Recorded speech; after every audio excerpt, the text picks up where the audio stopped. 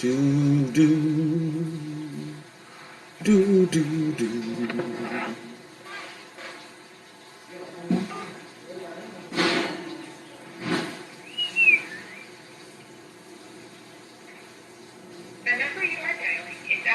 It's outside of your plan.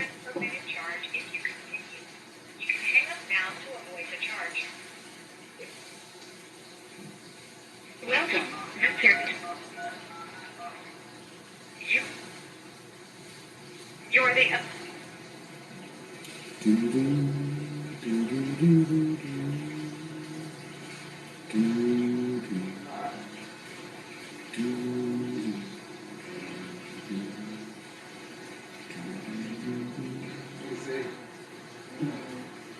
Hold up, that thing's rolling.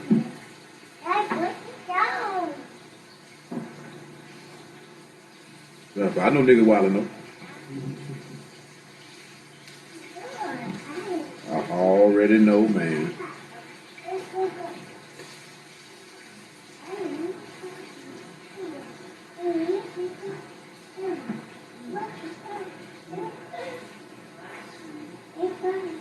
Niggas say these niggas threatening to shoot up the schoolhouse.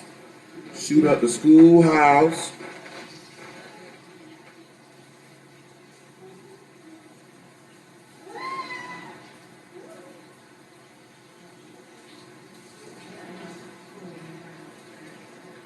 Dang. Lady got burnt on 90% of her body, boy. That ugly there, man.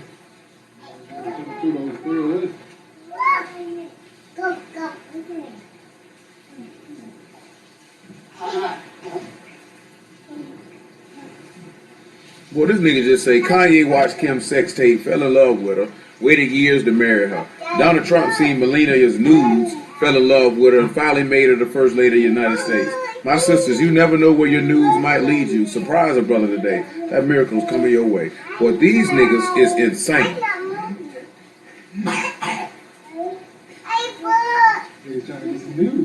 I'm trying to get some news, like, dang. You know, to the viewer, you know, we appreciate you. We gonna keep on rolling from what we talked about on Wednesday. We will be at the Regency Branch on tomorrow. We definitely gonna keep rolling from what we were talking about Wednesday. And that's gonna be talking about how, you know, they rewarded this man evil for good. We will continue along that track. We will also look at some things as it pertains to the master and the simple fact of dealing with the hate that those who follow the word will actually receive. Because I've had a couple conversations with several people. A couple people here in the city, a brother in Texas, you know what I'm saying? And I probably deal with this aspect on it, y'all willing, on tomorrow, if we don't touch it tonight. I do not have any earthly idea why people believe that the more that you love people walking in the word of the living Alahym, that more people are going to love you and that more people are going to come to you. I don't know where people get this from. I don't know what book they've been reading. I don't know what type of understanding that they have received. Because if you are literally walking in 2 Timothy, the 3rd chapter, and about the 12th verse, it says, everyone that live godly shall suffer persecution. And as we touched on briefly on Wednesday, and Yahuwah willing, hold on, y'all. I got to see this here. Shalom, Brother Burson. Boy, how you doing, man?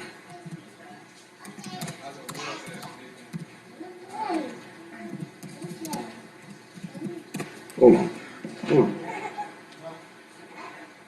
What is it?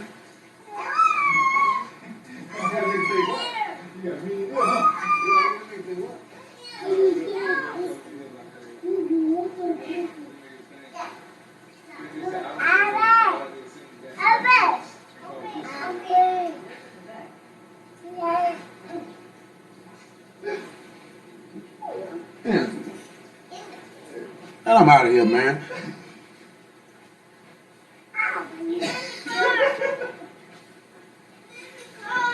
You know what I'm saying? Again. You know what I'm saying? Man. So I say, Rod, You know what I mean? When we're going to look at it is that everybody that ever came to Yasharal killed him. You know what I'm saying? That's what it is. Hey, indeed. Amen for that, brother. You know what I'm saying? You know what I'm saying? It's like, and we're gonna deal with some aspects and stuff too, man. 'Cause I'll tell you, right? 'Cause we have to start coming for certain things, man. You know what I'm saying? All day long, you know what I mean? 'Cause like this here, right? We had a little something, right? Last week, and it ain't no issue, 'cause I said it in front of everybody last week, and I'll say it again. Well, if you're a grown man, and you got something you want to say to another grown man, go say it to that man. If you can't say it to that man, you're not a man. Period. Do you know what I'm saying? I don't understand that. I don't understand that. You know what I'm saying? I don't understand that. It's like the real man quotient. You know, we always say real nigga quotient, whatever you want to say, man. It's very low. It's very, very low. I don't understand what's going on in this planet, man. I just don't fit in. I don't know, man. You know what I'm saying? Maybe I just don't fit in. You know what I'm saying? But I'm going to tell you something real, though. Niggas don't believe this book, and they don't really love y'all. There's a reason why this man say, I know the love of Alahym is not in you. It's the reason why this man said that. He was talking to Yahudym when he said it. He was talking to Yahudym when he said it. Please announce yourself. Yo, hello. Hello? What's up, Carol? He was talking to Yahudym when he said, you know what's funny too? It's a lot of the statements that the master said. He was talking to Jews about Jews and how Jews believe and how Jews operate. Hold on, we got a brother ask a question about this here. What's going on, brother? How did the Mashiach labor for 21 years for Judah and Israel? I was thinking about Luke 2:40. Hold on, brother.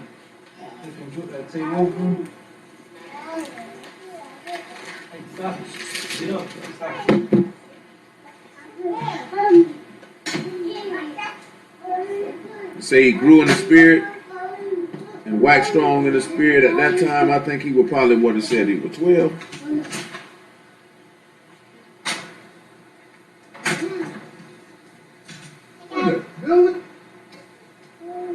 Well, that when he was still a baby, as he was coming up as a child. He didn't actually do the labor of 21 years, but he labored for the 3.5 for his wife. He didn't it's not like he did the exact number or like the exact 7 years for, like Jacob did for Rachel to take his wife.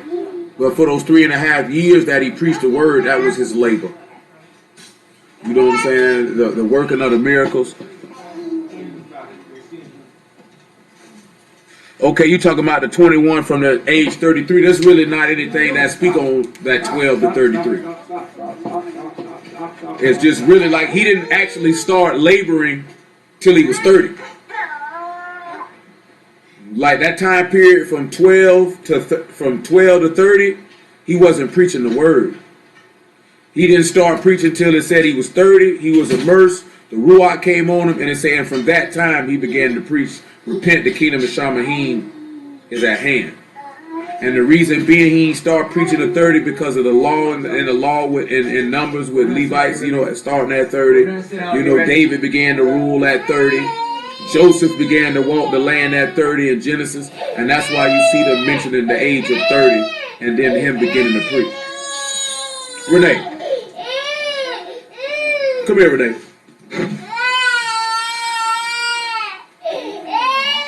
Go eat, Renee. So those 3.5 years that he actually preached the word is like the time period like Jacob labored for them 7 for Rachel to take his wife. Because he had to work for his wife. And then he got his payment at his resurrection to actually getting his wife. I hope that assisted you in what you It's like Jacob labored in the field with the cattle and took persecution and suffering and affliction from Laban in order to get his wife. Just like the master labored in the field, which being the land, which being Jerusalem, which being the land of Yehuda, period, for the flock or for the sheep, which is the people. And he suffered persecution and affliction until he got his wife, until he was rendered his payment to get his wife. If that make any sense. But yeah, niggas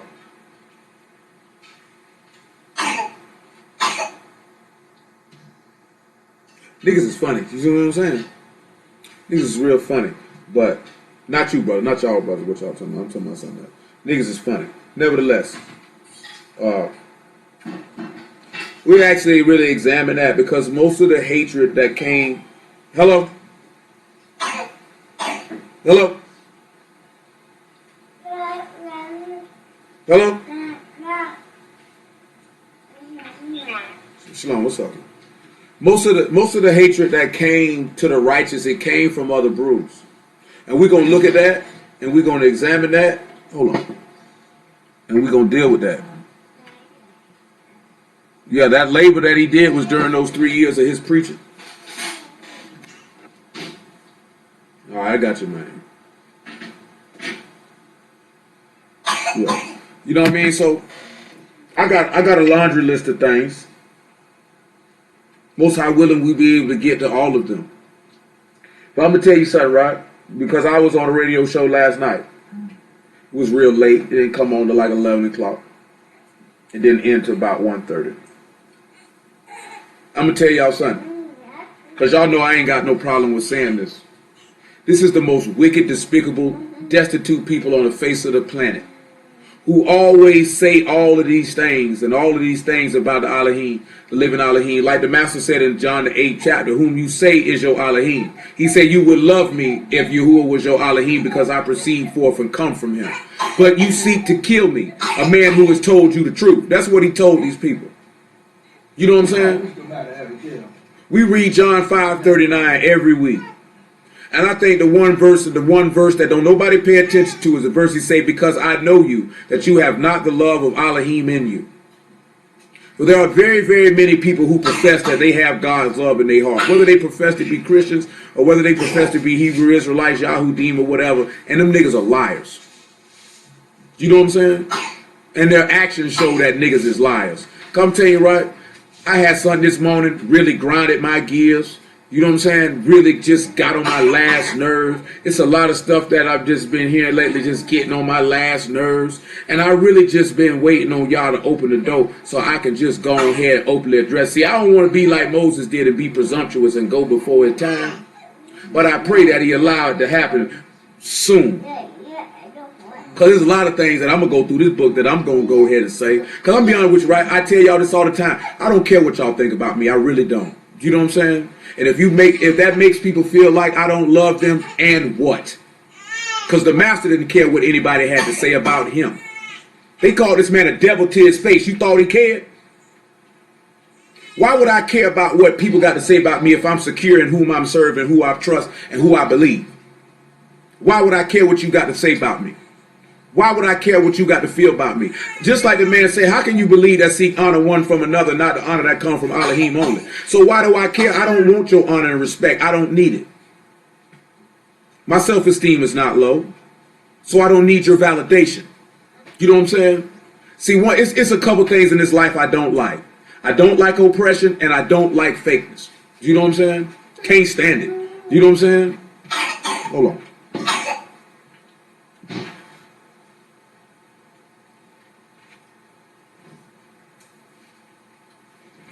All right. It's like, you know what I'm saying? I can't stand that type of stuff. You know what I'm saying? Because my Alahym is true. He 100. He a buck with his. You know why I love my shop? See, I'll tell you something. Somebody asked me a question earlier this week, right? I'm going to tell y'all something. Love is not a feeling, and it's not an emotion. If you say you feel love, that's because someone has showed you love based off their actions. And their actions allow you to understand and know that they love you. A lot of times when somebody say you feel love, that's just an emotion in you, and that's really may not even be love. That just might be something you have crafted in your brain. You know what I'm saying? Most of the time people say they feel love from another person, mainly someone who they're interested in, and 9 times out of 10 is lust. You know what I'm saying? Because if you've ever had anyone actually be a friend to you or actually love you, then you know love when you see it. Most people don't know it when they see it. That's why when they see it, they say it's not love. I'm going to tell you something. The master showed more love than anybody on this planet, and they murdered him for it. And they murdered him for it. See, I put that up there today because I felt like that, because I had to tell somebody this here. I do not know why y'all think if you're going to be in Hamashiach and Hamashiach going to be in you, and you manifest love openly, that everyone is going to love you. You clearly have not been reading this book, if you believe that. I remember a young woman told me that 5-6 years ago. You're going to run people away. If you let you tell it, the master ran people away then, because they sure got away from him. How do we read Isaiah 53 and say that's about this man, and say this man was a man of sorrows, despised and rejected of men? Now, if he loved everybody so much, and he was so loving and so caring, why did they reject him? Why does the book say he came into his own and his own received him not? Why were these people constantly trying to kill him? I guess he wasn't showing no love then. I'm going to tell you something real. I don't care who get offended. Most of these niggas walking this planet, if the man was alive right now, would kill him. They'd kill him. They'll be the first ones in line talking about crucifying. First ones in line. Gonna kill him. I know something. I wouldn't kill him. You testify within yourself you were the children of them that killed him. You know what I'm saying? Let's just keep it a buck, keep it 100. Niggas don't like righteousness. Niggas don't like the truth. Niggas don't like people who stand for something and are unapologetic and bold about it. You know what I'm saying? They don't like it because it's representative of what they are not. So then they have to find things to say about him. All they did was walk around and try to catch the master in his talk and accuse him. Who that sound like to you? That sound like the devil. The adversary. That's what adversaries do. Try to find something. Don't you realize they walked around in the wilderness and murmured against Moses on a day-to-day basis? Do not niggas know that they be fulfilling the book through their actions to show forth they the children of those who died in the wilderness? That they the children of those that said crucify him? That you are the tares? Do niggas not know the book say that the woman seed and the serpent seed will have enmity against one another? That Yah's children will never meet in agreement with Satan's children? And that ain't got nothing to do with no heathens. That ain't got nothing to do with no Gentiles. That's got to do with your own people. How come this is a book about Israel only for Israel until they go to talking about how wicked Israel is, and it ain't talking about, then it's talking about the nations? How that work? Because I didn't see no nations throwing Jeremiah in no prison. I seen Bruce do it. I didn't see no nations throwing Micaiah in no prison when he went to Ahab and Ahab said, I don't like him. He don't speak well to me. He don't never say nothing good. Shut your country behind up, nigga, and do right. I know that's right. The wicked flee when nobody pursue. You ain't never told no lie. Just running. What you running for, nigga? Ain't nobody out here. You know what I'm saying? Let's just be real with the people. Stop capping. Just go ahead and say you hate the man and be honest with it. You show it every day you live. You know what I'm saying? We're going to read a verse like this, say the bloodthirsty. They hate the just. Plot on their life. All I'm going to tell you like this here, man. If you catching flack for standing on the word, hallelujah for Yahusha, you keep on standing. Screw them niggas and feed them donuts. They'll get theirs in the end. Just keep on standing. Don't let it, like I said, now it can wear on you. It can get heavy on you, but just keep on standing. Just know if they did it, they doing it to you. They did it to Yahusha first. Matter of fact, they did it to him from the foundation of the world. They had them killed him.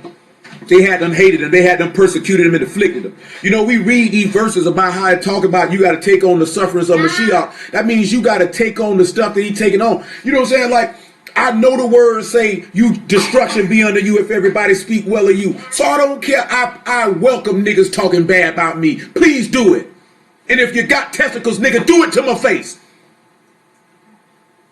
You know what I'm saying? Straight up. I know niggas call me a lot of names. Some they call me to my face. You know what I'm saying? I don't care. Don't walk around. Look here, right? Some of y'all seen fences. Hello? What's going on? We all right, boy? For sure. But now he said, Denzel Washington's character told his son that don't worry about people if people like you, but worry about if they do right by you. See, I'm going to tell y'all something just for me and how I was raised. We were not raised to kiss people's behind. We weren't raised that way. We were raised to be honest and forthright. You know what I'm saying? State what's on your brain. If they get offended, they get offended. You know what I'm saying? And to be true to yourself and who you are. That's it. And to love yourself and to respect yourself and not to seek validation from other people. Because the minute you begin to seek validation from other people, you are no longer yourself. If you begin to allow people, it's a line from a song that came out in 1999, I want to say, on the Rough Riders Volume 1 compilation. It was a song with DMX, and he was like, if I let niggas tell me how to feel about me, he said, I guess I really wouldn't be deep. You cannot let people tell you how to feel about yourself. You know what I'm saying? If you with somebody and they try to make you feel like you less than yourself by 10, I ain't talking about giving you no correction, but I'm talking about making you feel like you ain't you. Trying to tell you how to feel about yourself. Ain't nobody you need around you. See, people really be wanting you to capitulate and to conform into the norm and to the status quo of mediocre, rotten, evil, wicked, phony, fake people. I love corn. Yes, it never gets old. You know what I'm saying? I was there. Yeah, I had him forgot about it. He pulled it out. That's just a little muffin flashback. A little muffin flashback. You know, 7-year-old little muffin dude say, can I give her corn? And little muffin looked at me and said, I love corn.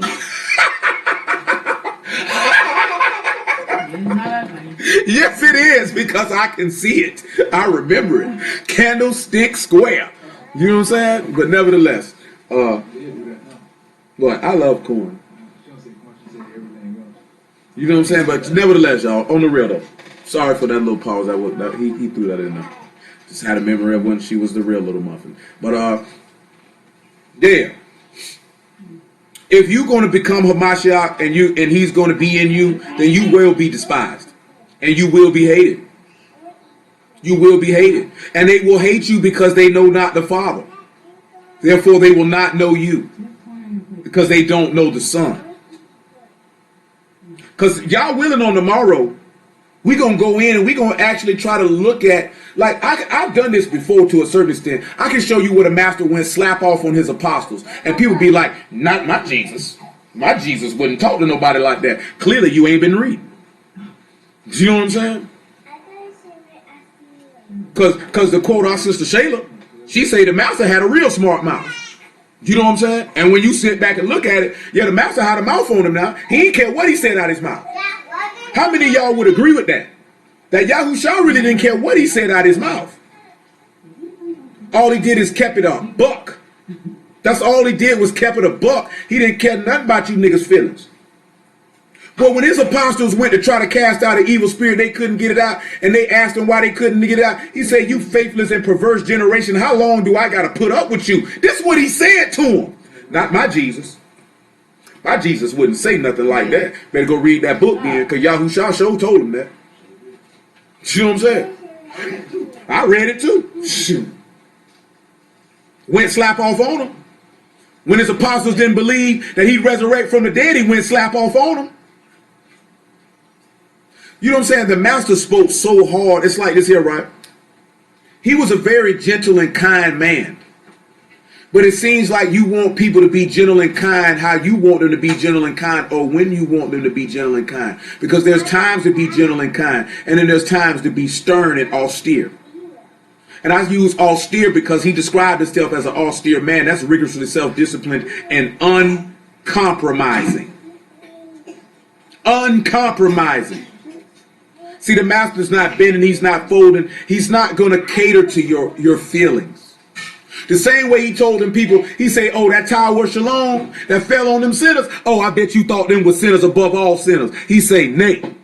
He say, except you repent, you shall die likewise. I know that right, brother. He kept it 100 every day. That's the realest man who ever lived. And still lives. Praise y'all for that. It's the realest man to ever do it. And if he gonna be, that's why a lot of people can't get the spirit, because they fake. How a real man gonna dwell in a fake nigga? That's a real dude. That's a real dude. Niggas wonder why I ain't getting the spirit. Because you fake, nigga. Ain't a real bone in your body. You ain't got real thoughts. You ain't got real organs. You ain't got a real spirit. You ain't got a real heart. You ain't got real bones. So you'll never get it because you flaw, you fake. If you want the Ruach HaKodesh, you got to man up and be 100 and be a real man. And when I say real, authentic, true. You can't get a true spirit being a fake man or woman. That's impossible. That's impossible. People wondering why this man ain't dwelling in them because you fake. And he knows it. He'll be going against himself to dwell in a fake person. See, ain't nobody gonna tell nobody this. Just love me, brother. I love you enough to tell you you're fake and you're flawed. You need to get right. And that's why they hated the man. That's why they killed him. You notice in John 15, they say they hated him for the words that he spoke. Just like they hated Joseph for the words that he spoke. Just like they hated Zechariah for the words that he spoke. And they hated Jeremiah for the words that he spoke. Because niggas hate Yah. Period. You know what I'm saying? I say that to whoever face, any time of the day. Don't bother me now.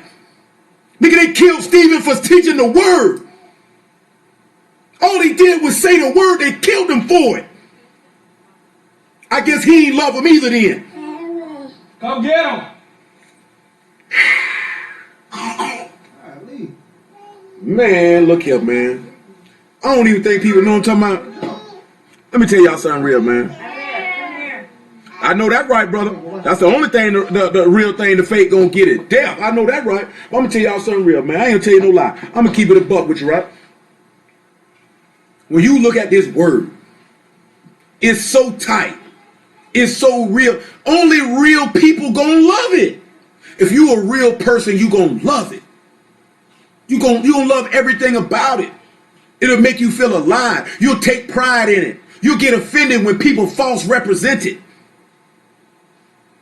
Just like the book say. Just like the book say. Man, I'm gonna tell you something, right? I'm gonna just say for me. Coming from the dope game, it's a lot of fake love in the dope game. There's a lot of dudes say they got love for you. They down with you. Nigga want to see you go to jail. Nigga want to put a bullet in your brain. Nigga want to take what you got. So when I came and we started dealing with the word, we were seeing that it was the same concept. I ain't gonna tell you no lie. I love everybody. But just because you tell me you believe this word does not mean that I trust you and I just met you. That does not mean that I trust you. You got to earn that. That means absolutely nothing to me because you say you believe this book. That don't mean you believe this book. Niggas say a lot of things. Because I've seen dudes who were friends with people for years and turn around and set them up to get robbed. Who killed their best friends. Niggas who they played in the sandbox with. You know what I'm saying? So that don't mean nothing to me. That doesn't move me because you say, because Judas was sitting around the master. The 12 didn't, the other 11 didn't know it. They thought Judas was solid. The master knew this man didn't believe and didn't love him. We're going to examine it on tomorrow. But you look at John chapter 6, right? When them people start walking with Yahusha, you didn't see this man say, come back. Why are you leaving? This man told these people to eat his flesh and drink his blood and they would live forever. He was telling them that he was going to show them the ultimate form of love, of laying his life down, and these niggas walked away from him. They walked away from him. Man, look here, man. I don't care what niggas talking about. The more you become like Yahusha, the more you gonna be hated. The more you gonna be rejected. The more you gonna be shown. I tell you this here, you cleave to the righteous. Like Psalms 119 say, I'm a companion of those that fear thee. That's who you better stick close to. Because there's going to be some fake people along the way because the ride get tricky. You got to be careful who you mess with and who you don't mess with. That's what I'm going to tell you, right? Because you got some friends that in real life, they be your enemies, like Pop told you. Then you got some enemies, but their eyes be on your money. Then you got niggas say they be true, but niggas be snitches. You know what I'm saying? You better watch them. You better watch them. You know what I'm saying? Because, boy, I'm talking this here, boy. I thank y'all for the dope game before I got in the word. Nigga won't pull no okie doke on me. You won't pull no okie doke on me. Think I don't see it coming. Boy, I see that stuff coming, boy. This is chess, it ain't checkers. Boy, I see it coming. Say, can't nobody get no drop on me. You can only do what I let you do. You know what I'm talking about? It's just like what the master told Pilate. He said, you wouldn't have no power over me unless it was given to you, Shamahim. You know, y'all let you see stuff coming before it come, if he be merciful. You know what I'm saying? If he be merciful. Because sometimes he might not let you see something before it come. Like he did with Elisha. When he said, you hid this thing from me when that lady's son died. You know what I'm saying? He said, y'all hid this thing from me. He didn't let him know it. He didn't let him see it. It's certain stuff, man. I tell you right, I see stuff, I just sit back and be quiet. I don't even say nothing. I didn't play stupid. You know what I'm saying? Because I don't be caring. I don't care who don't like it. No, I don't care what you think about me. No, I don't care what you say about me. I don't care. Why should I care? And I say that to y'all is why should you care what somebody think or say about you if you doing what you supposed to be doing? Hey, boy, you need to get a hold of your life, boy. All that spinning around, you ain't no ballerina, man. I don't want to hear all that crap, man. It's real out here in this field, man. It's real out here in this field, man. It's like, it's funny to me. It's like people hear the thing, read the things, or hear spoken the things that the word says is going to happen to the righteous, and then that's not happening to you. Like, nobody hates you. So you have to manufacture persecution. You have to manufacture in your own brain that people are after you or talking bad about you, but you doing coward, hoe, flawed nigga stuff, though. You know what I'm saying? But not niggas persecuting you. You ain't getting persecuted. Ain't nobody hating on you. You just a chump. You know what I'm saying? Make sure your plate clean. You know what I'm saying? Make sure your plate clean. You know if your plate clean, you standing firm, and they go to talking bad about you, and they go to like this here, praise the Lamb. Hallelujah for Yahushua, rejoice, your name written in Shamahim. I'm going to tell you something, right? I done said it before, I'll say it again, right? Real people gravitate to real people.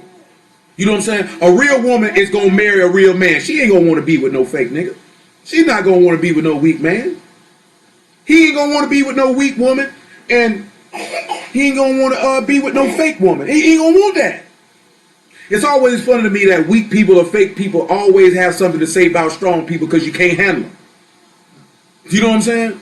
So you got to make that stronger person seem to be something that they're not because you don't have the intestinal fortitude or mental fortitude or the maturity or capabilities to handle their strength and their realness. So it's got to be something wrong with them. Well, it could never be nothing wrong with you.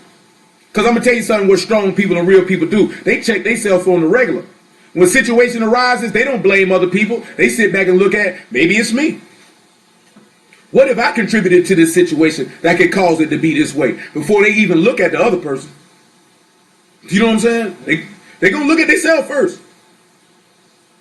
You know what I'm saying? I just told my nigga yesterday. I said, you know what? A lot of people got a lot of things to say about me. So then, and a lot of people don't fool with me no more. I ain't cut a lot of people off.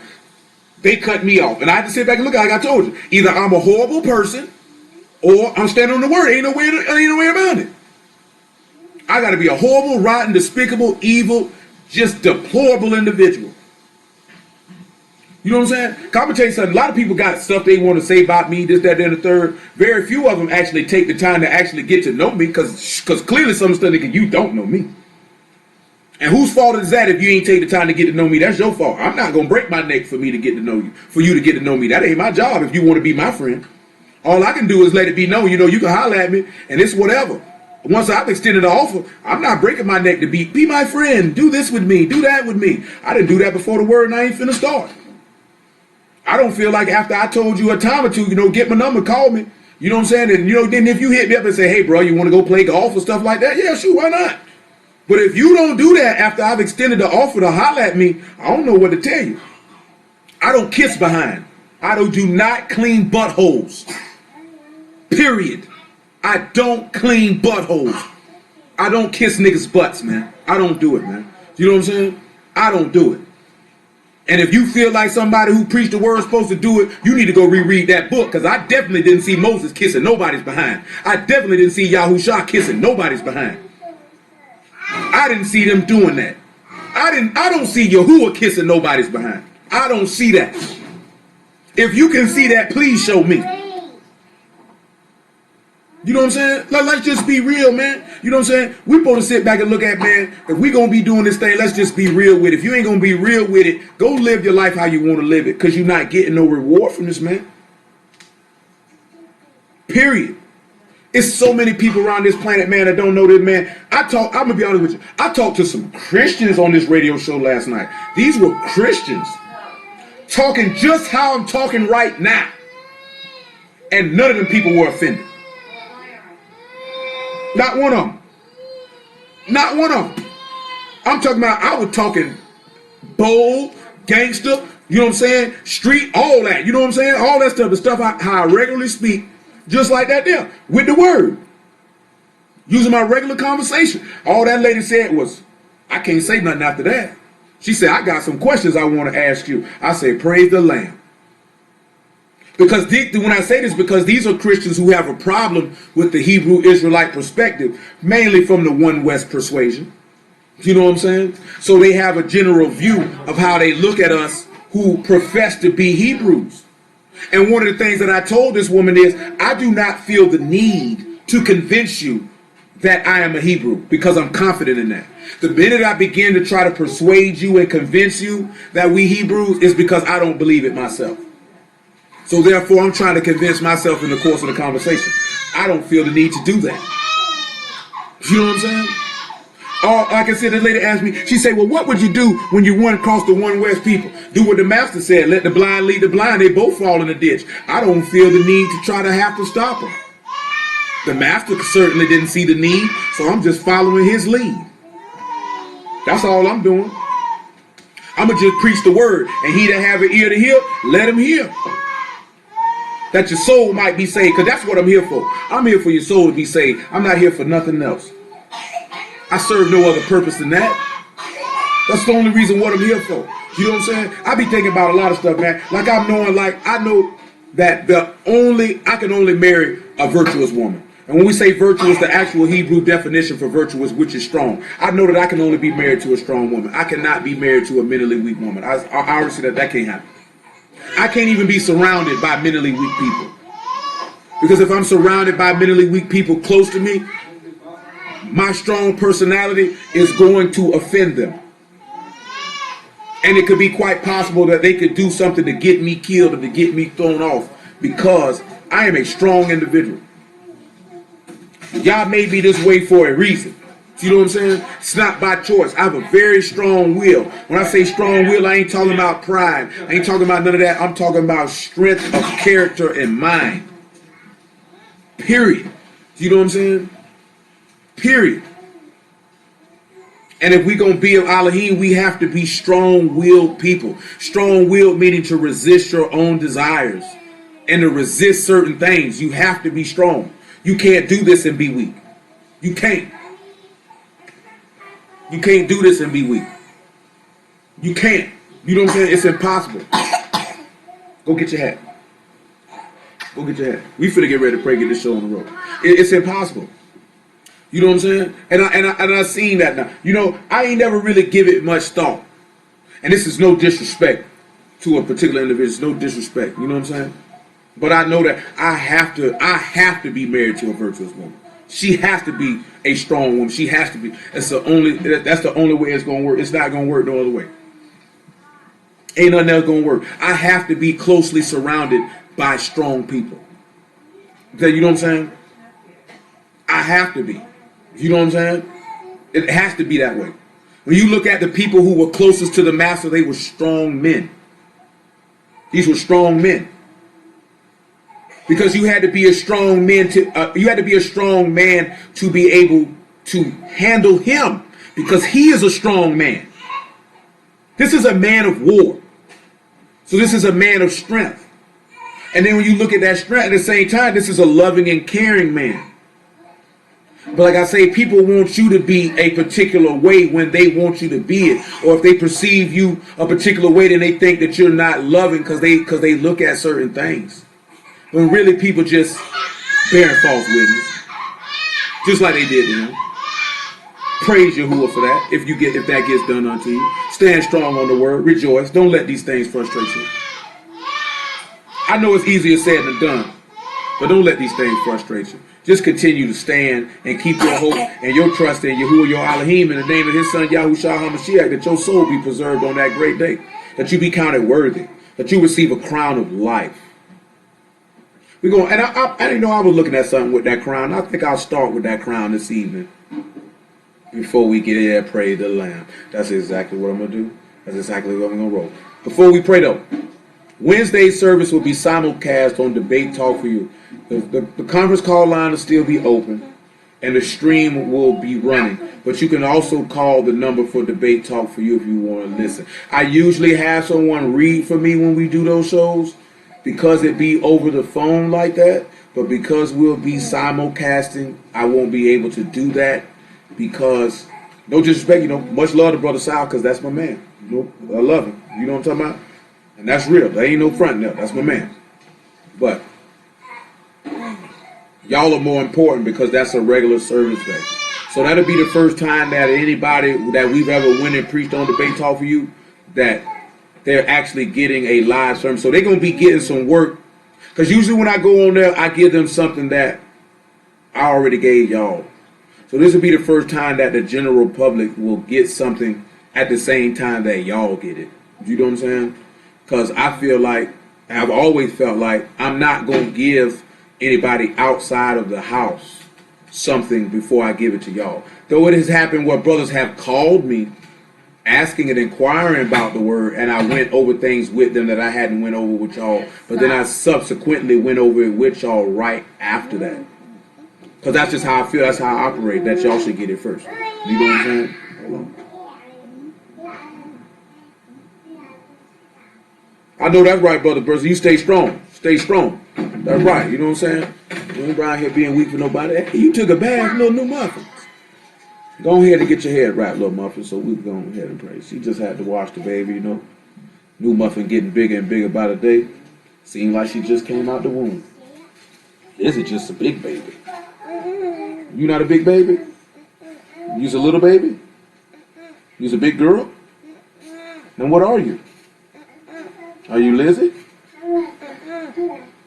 Is that the only word you know? I guess so. But yeah, man.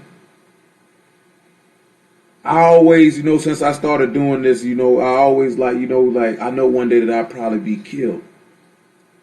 You know what I'm saying? And I had it already resolved in my heart that was going to happen, so that's not a fearful thing for me. I can remember being young, having so many dreams. I'm talking about 5, 6, 7 years old, about death. And how, hello? Hello? What's going on? About it. Yeah, I hear you, bro. What's going on with you? All right? Yeah, I'm chilling. For sure. About death.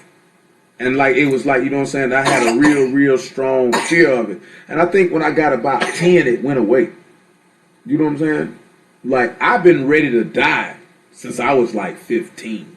Just ready to go. Now, of course, I ain't have no understanding or no word and know that, nigga, you going to hell. You know what I'm saying? But, I've been ready to die. You know what I'm saying? I don't have no fear for that. That don't really bother me. It's just that I know that I'm probably going to die by the hands of somebody who look like me. And that's, you know what I'm saying? It's 2 women I hadn't dealt with that I'd be I had told them, these people going to kill me. And they just looked at me crazy when I told them that. Because I just wanted them to be resolute in their mind that you may see me get killed. In an ideal situation, I would hope that me and mine would die together. That we would live together, cry together, serve y'all together, and die together. That we wouldn't be separated, period. But I know 9 times out of 10 that I'm probably going to be killed and she'll have to be left to deal with that. You know what I'm saying? That's real. I think about this type of stuff. You know what I'm saying? Throughout the course of my entire life. Because when dealing with this word, 99.9% of the time, you're going to die by the hands of someone who looks like you. Or someone who looks like you are going to lead someone who doesn't look like you to get you killed. All because of righteousness' sake. All because of righteousness' sake. Nevertheless, let us pray. Because it's 9:16 and we got to hit the ground and run it. All right. Righteous Father Yahuwah, we bless thy Kodesh Shabbat, and we thank you for thy mercies and goodness, allowing us to have a sound mind and a heart that was resolute to seek unto thee on thy set apart day, that we might hear thy word, that we might rest in thy word, that we might be strengthened in thy word, that we might be conformed to the image of thy Son, Yahushua HaMashiach, and be quickened to life everlasting. We ask you to look upon this people, to the whole house of Yasharal, to the Yahudym first, and also to the heathen. All those who seek thee, who call upon thee, who serve thee, who trust thee, who hope in thee, who desire thee with every ounce of their heart, mind, and soul. that you might be their Alahym, and they might be thy people, according to the covenant which you made with our fathers, Abraham, Isaac, and Jacob, that we might possess the gate of our enemies, that we might be delivered from the hand of those who hate us, that we might continually walk before thee in righteousness and in goodness and in salvation. Remember Jerusalem, the city of salvation which you have chose, that we might dwell in that place, in a heavenly city. For Alahym is not ashamed to be called Alahym, and we're not ashamed to be called his people, that we might dwell in that place to see thee, that your name may be written in our foreheads, that we might be free from death and pain and all tears, that we might dwell in eternal bliss and eternal life, and to rejoice in thy presence. We ask you to look upon all the synagogues and assemblies of Yahuwah across the whole earth, who gather together on thy Shabbat. Prove them with a word of righteousness and truth, that the people might begin to understand thee, that they may begin to know thee, that their souls might be saved. As you remember the assembly of the firstborn individually and collectively, and let the love of Hamashiach dwell in our hearts by faith. Guide us and lead us according to thy truth. Give us the ability to stand firm in the face of all afflictions and persecutions and sufferings and tribulation, that we might be confirmed to be counted worthy to enter into thy kingdom. Let us die unto our sins and be quickened unto righteousness, that we might live in the name and in the ruach and in the power and essence of thy Son, Yahushua HaMashiach. We ask you to bless us with a word from on high, a word of truth and righteousness to come to us, that we may know him that is true, and that we are in him that is true, even thy Son, Yahushua HaMashiach, which is the true Alahym and eternal life. Father, we give praise, esteem, and honor to the Most High Yahuwah by Hashem Yahushua this day. So be it. Baba Lizzie. Baba Lizzie. Baba Lizzie. John 5:39, everybody. Baba Lizzie. All right, y'all. We give praise, esteem, and honor to the Most High Yah by Hashem Yahushua this day. Gonna get it in. We're gonna see what y'all got, and we're gonna make it do what it do. You know, search the scriptures, for in them you think you have eternal life, and they are they which testify of me. And you will not come to me that you might have life. He say, but I know you, that you have not the love of Alahym in you. You know, those are strong words coming from a Mashiach. This man says, I know you. Now, of course, you know, I didn't go to it because, praise the Lamb, I know what it says, so I don't have to actually read it. We read it all the time. But I want you to go to John chapter 5 right now, though, if you weren't already there. Because I know y'all know that's where we start, so I know everybody probably should know John 5:39 to 42 by heart. But I want you to go to John chapter 5 real fast. And I want you to look at verse 1. And I want you to see who he is talking to. Because I don't want y'all to get the game twisted of who he is talking to. Matter of fact, before we even read Yahudym chapter 5, let us read Metayahu 15 and 24. Let us read Matthew 15, 24. Let us read that first. Let us read that first. And let's begin to get an understanding. And matter of fact, because now my mind is beginning to race, and we're just going to take a different track before we dive into what we're going to dive in, because I'm going to do this a little different than what I thought I was going to do it. And just, you know, praise y'all for that. But Matthew 15, 24. Now, we're going to have to clear some stuff up. I promise to you, Most High willing, if it be His will, we're going to actually look at the character of a Mashiach, see what type of man he is, what type of man he has always been. Because your Alahym don't play. He the realest. He the realest. That's why so many people perished dealing with him, because they weren't real. You got to be a real man, a real woman, a strong man, a strong woman to come unto and to serve the living Alahym. You have to have a strong character. You have to have a strong ruach. You have to have a strong lab. You got to have a strong heart. You got to have a strong mind to serve this man, because it is so many obstacles and temptations that you have to endure, that this is not for the faint of heart. This is not for the weak. See what I'm saying? And don't get it twisted when I say this is not for the weak, because when you're in these weakened states, like when you're in your infirmities, you know what I'm saying, being hungry, destitute, naked, persecuted, despised, all of these things, that's where you would lean on your strength in Him, because that's when people enter into these infirmities is when they fold and they show their weakness of heart. You know what I'm saying? Because I mentioned this here because I know a brother said, which is not actually an alpha female. There's not a such thing as called a beta female, if my memory serves me correctly. You know what I'm saying? But a dude asked a question of, Can an alpha male and an alpha female coexist? You know, and brothers gave they takes. You know what I'm saying? But when you look at it, like I mentioned, what it says, a virtuous woman is basically a strong woman.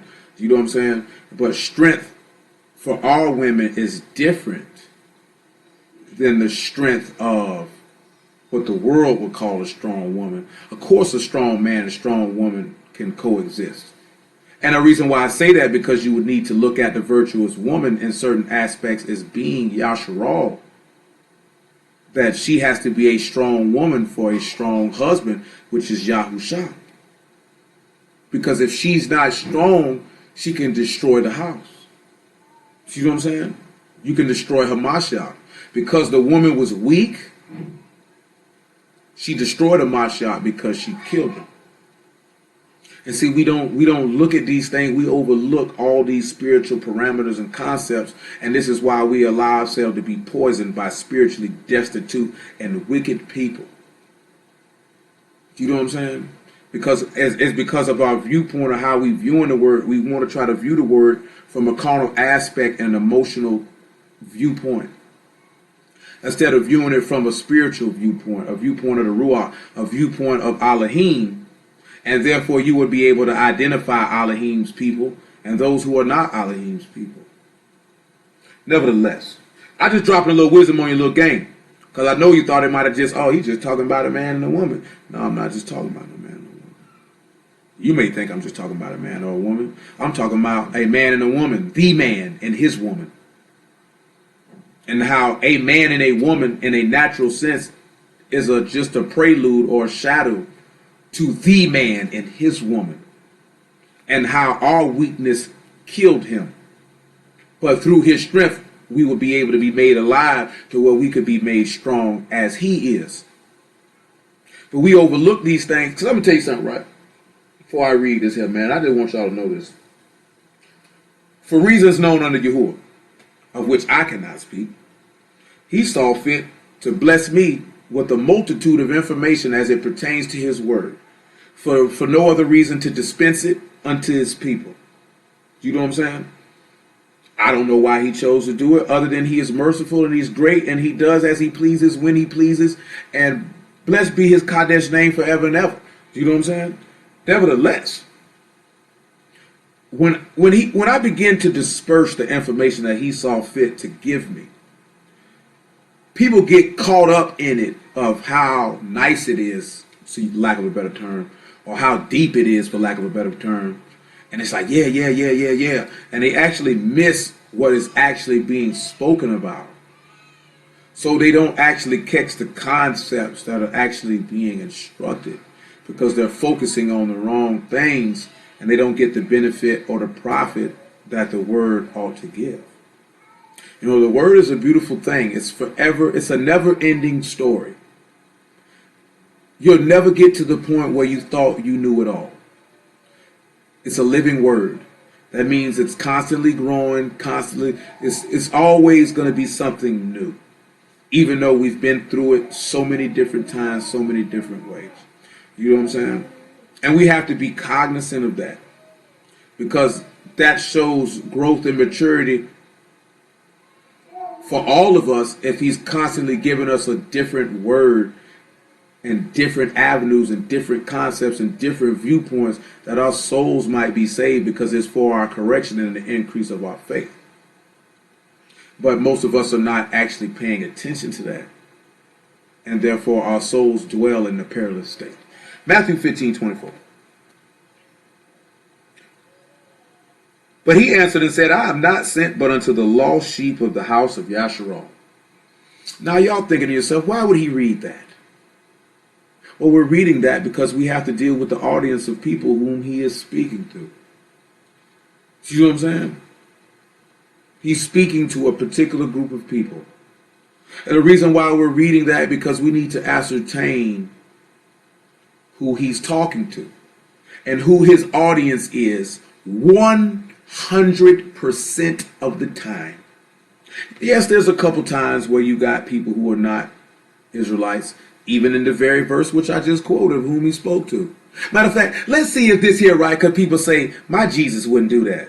Praise the Lamb. He just brought that in mind. Like, you going to skip over this and you're not going to read this? You know what I'm saying? Back that up to about verse 21. Let's see if some people would be, let's see how people would feel to see how the master just did this right here. Then Yahushua went thence and departed into the coast of Tyre and Zidon. And behold, a woman of Canaan came out of the same coast and cried unto him, saying, have mercy on me, O master, thou son of Daoud. My daughter is grievously vexed with the devil. This woman is asking for him to have mercy on her. Let's see what the master did. But he answered her not a word. Woo! Not my Jesus. My Jesus would have healed her on sight. He would have said, come here, my child, and say the master ain't say nothing to her. Now, you know what I'm saying? Now, you know how gangster that is? You know how hard that is? Do you know how many people, if a man did that right now to this day, they would say he didn't have the love of God in them? But yet the man whom these people claim to believe in love heard a woman say, please have mercy on me, called him her master, stated that she knew that he was from the seed of David, said, my daughter is grievously vexed with an adversarial spirit, and he didn't answer her a word. He didn't say nothing to her. I'll read it again. And behold, a woman of Canaan came out of the same coast and cried unto him, saying, have mercy on me, O master, thou son of Daoud. My daughter is grievously vexed with a devil. But he answered her not a word. And his disciples came and besought him, saying, send her away, for she cry after us. And the disciples say, man, tell her to dip. Let's see his response. But he answered and said, I am not sent but unto the lost sheep of the house of Yasharal. Then came she and worshipped him, saying, master, help me. Let's look at his response. But he answered and said, it is not meet to take the children's bread and cast it to dogs. He looked this woman in the face and called her a dog and said, it is not wise for me to give what's for the children of Yasharal to a heathen. Not my Jesus. My Jesus wouldn't have done that. See, he would have loved that woman and did this, that, and the third. Now, of course, he trying this woman hard. But how many of y'all would feel like he was wrong for not saying something to her? I surely don't. How many of y'all would think he would be wrong for telling her it's not meet for me to give the children's bread to cast it to dogs? How many of y'all would think he was wrong for telling her that? But praise the Lamb for her faith, because she was persistent. And she said truth. Woo! She said truth. So it showed what type of heart that she had in her, that she said, you ain't told no lie now. Surely it is not meet for you to give the children's bread to me. And she said, truth, master, yet the dogs eat of the crumbs which fall from their master's table. Then Yahushua answered and said unto her, O woman, great is thy faith. Be it unto thee as thou wilt. And her daughter was made whole from that very hour. Because of the level of faith that she stated, he went ahead and did it for her. Because she acknowledged the truth. Now, does that mean that we treat the nations harshly or disrespectfully? Absolutely not. But I'm just sitting back showing you that that is an event that people would not ascribe that they would believe that the Mashiach would do.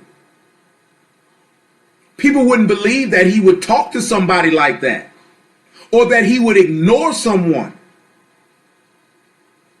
But it's right there in the book. He did that. How many people would say he would be wrong for this? Because I surely would not. Yahuwah is righteous in all his ways. He doeth as he please. That's just something for us to consider. That his ways are not our ways and his thoughts are not our thoughts. That man do as he want to do.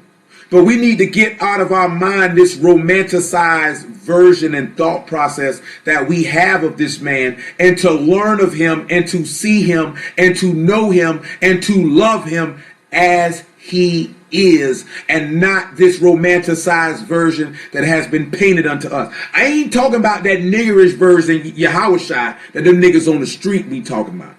I'm not talking about that. I'm talking about seeing him for the man that he is. Because he kept it hard with that woman, but yet he still showed kindness and compassion unto her because of the exhibition of her faith. But some people would say that he was disrespectful. and that they wouldn't want to serve a person like that because he didn't show no love. That's what some people would say. If they watched that live, if they saw him do that versus reading it, if you saw that, that's what people would say. I guarantee it. He ain't no man of God. What man of God would do that? That woman said she had a devil on her daughter and he didn't even answer her. Then he told her he wasn't sent to them and she's a dog and he can't give dogs the children's bread. What type of godly man would say that? Think about it. Revelation 3. Make it 2 and 9 first. I just gave you a little preview because I'm going to tell you most of that y'all will on tomorrow. Because the master did not play no games. He did not care what he said out of his mouth. You know what I'm saying? That man did not walk around. You don't read one time where the master walked around worried about what these people thought and said about him. The only thing is he said, who do the people say I am? He never cared how they feel about me, Peter. What they be saying about me in the street. Do they like me, Peter? Thomas, do they love me? He didn't care. He didn't care. He didn't care. There's an instance in this book where he was preaching the word and that he was only talking to the people who believed on him, even though there were other people right there. He didn't even care about them other people who were standing there that believed not. And they were all Jews. And they were all Jews. He ignored them. He didn't care. He just was focusing on those who were hearing. That's who he was concerned with. Just like he said, I manifested thy name unto those whom thou hast given me.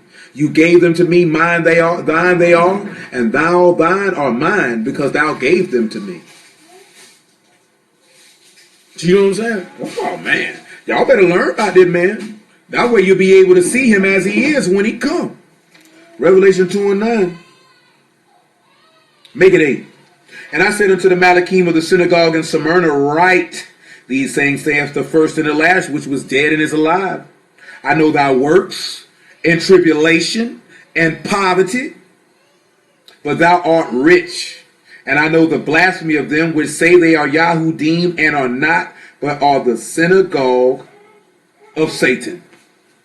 3 and 9. We'll read both of them. Behold, make it verse 8. Make it 7. And say, matter of fact, make it 6. 3 and 6. And he that have an ear, let him hear what the Ruach saith unto the houses. And to the Alahym of the synagogue in Philadelphia write, these things saith he that is Kadash, he that is true, he that hath the key of Daoud, he that opened, and no man shut, and no man open. I know thy works, and behold, I have set before thee an open door, and no man can shut it. For thou hast a little strength, and hast kept my word, and hast not denied my name. Behold, I will make them of the synagogue of Satan, which say they are Yahudym, and are not, but do lie. And I'm going to show you this out of the book. He talking about your people. He talking about no Khazars. Talking about no white people. He writing this. This is something that he's speaking to the synagogues of Yahudym. These are the 7 houses in Asia. These are houses of Yahudym. Why would he be talking about some white hook-nosed people in Yasharal now? He talking about you, nigga. He say you lying. He say you the house of the devil. Man.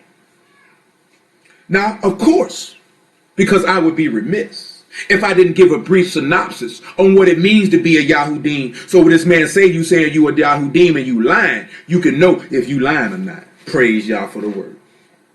Look at it, because the word is right all the time. We need to make sure we right with it and not try to make the word make our right when our right is wrong. That's what's wrong with our people. I will read it again. Behold, I will make them of the synagogue of Hashatan, which say they are the Yahudym, they are Yahudym and are not, but do lie. Behold, I will make them come and to worship before thy feet, to know that I have loved thee. John chapter 8, verse 39. Hallelujah for Yahusha. The word is the most beautiful thing that I've ever encountered in my close to 36 and a half years of living. John 8 and 39. Make it 8 and 37. John 8 and 37. And we're going to run it down. I'm going to run it down. I'm going to take my time, but I ain't going to keep y'all up too late, though. So I might move a little quick, even though I'm taking my time. Because I got a lot. And I may not even get to everything, because I know Will got something for y'all tomorrow. So I know I ain't going to, you know what I'm saying? But I got a lot. And I got a lot on my heart that this man done placed on my heart to say out my mouth. And if it got to take till next week for you to get every drip, drop, bit about it, then let y'all will be done. But guarantee you going to get this work, though. You know what I'm saying? He said, I know that you are Abraham's seed, but you seek to kill me because my word have no place in you. He's talking to Yahudym, and he's saying that these, not scribes and Pharisees, people. I know I mentioned John chapter 5, verse 1. We're going to get to it. You know what I'm talking about? He's speaking to Yahudym, people. Back it up to verse 31 so you can know. Not no scribes and Pharisees. Matter of fact, back me all the way up, man. Back it all the way up. Back it all the way up to verse 12. We just going to move around because y'all going to catch this tonight. Y'all going to understand and really realize the people that's going to murk you and the people that's going to hate you the most is going to be your own kind. The people who profess that Yah is their Alahym. The people that profess that Yahushua is their Malik, their Savior, their Mashiach, all this stuff, they hate you the most. I don't hear none of that crap. Talking like, no, everybody ain't a brother, everybody ain't a sister. Because everybody ain't doing the will of Alahym because everybody don't believe. He say, no man can come unto me except my Father from Shamahim drawn. He say, Baruch is him whom thou choose, who you cause to draw unto you, to dwell in your court. Everybody ain't coming to this man. This man say, you won't come to me that you might have life. He say, I know you the love of Alahym, and you don't trust this man. You don't love this man. You don't hope in this man. Your strength ain't in this man. Your strength is in yourself. You mind earthly things. Your God is your belly. And your end is destruction. Satan is your daddy. You go on your belly just like he do. I know, hold on, I'm sorry, verse 12. Then spake Yahushua again unto them, saying, I am the light of the world. He that follow me shall not walk in darkness, but thou shalt have the light of life. The Pharisees therefore said unto him, Thou bear record of thyself. Thy record is not true. Yahushua answered and said unto them, Though I bear record of myself, yet my record is true. For I know whence I came, and whither I go. But you cannot tell me whence I come and whither I go. You judge after the flesh. I judge no man. Yet if I judge, my judgment is true, for I am not alone, but I and the Father that sent me. Hold what you got and come over here to 1 Corinthians chapter 2. This man said right here, he said, you judge after the flesh. He said, I judge no man. See, that's what a lot of people do. See, they judge after the flesh. They judge after carnal things, showing themselves to be carnal. But let's see what our apostle Paul wrote to us about this particular matter when he wrote this to the Corinthians. Let's see what it says. 1 Corinthians chapter 2, verse 13. You know what I'm saying? I feel good tonight. You know, I used to be amped up like this all the time. You know, I only get amped up like this here sparingly. I don't get amped up like this here all the time. I used to be amped up all the time. All the time. Like, my cousin was over here earlier, and she was like, you know, you got a strong personality. And I do. You know what I'm saying? And if you don't have one, it could offend you. You know what I'm saying? If you're not a real person, it could offend you. You know what I'm saying? But I tell you like this here, just because two people who are close to me told me this here, like, hey, man, we first seen you, nigga, we thought you were crazy, this, that, there, and the third. Until we got to know you, and then you got to see, like, hey, man, like, that's not, you know, what you think this man is, that's not how he is. All you got to do is just make the effort. You know what I'm saying? You'll see. But I will tell you this here. If you've been around me for a certain period of time, and you still think I'm this, that, and the third, clearly you don't know me. Clearly you don't. Clearly you got some issues within yourself that you're trying to manifest and put them on me. I will not allow you to do such evil. Don't you wish that evil on me. You know what I'm saying? Don't you wish that evil on me. I just love the way how he said that. He sounded like a small child. Don't you wish that evil on me, Ricky Bobby? I need to watch that movie again. You know them boys somebody had, you know, I don't know what that is they be having on Facebook. Boy, them boys be playing the movie, man. Them boys had New Jersey Drive on, man. And them boys had Three Strikes on. Those are classics. Niggas had Juice on last night. And I say, boy, these boys be going hard. 1 Corinthians 2 and 10, matter of fact, everybody.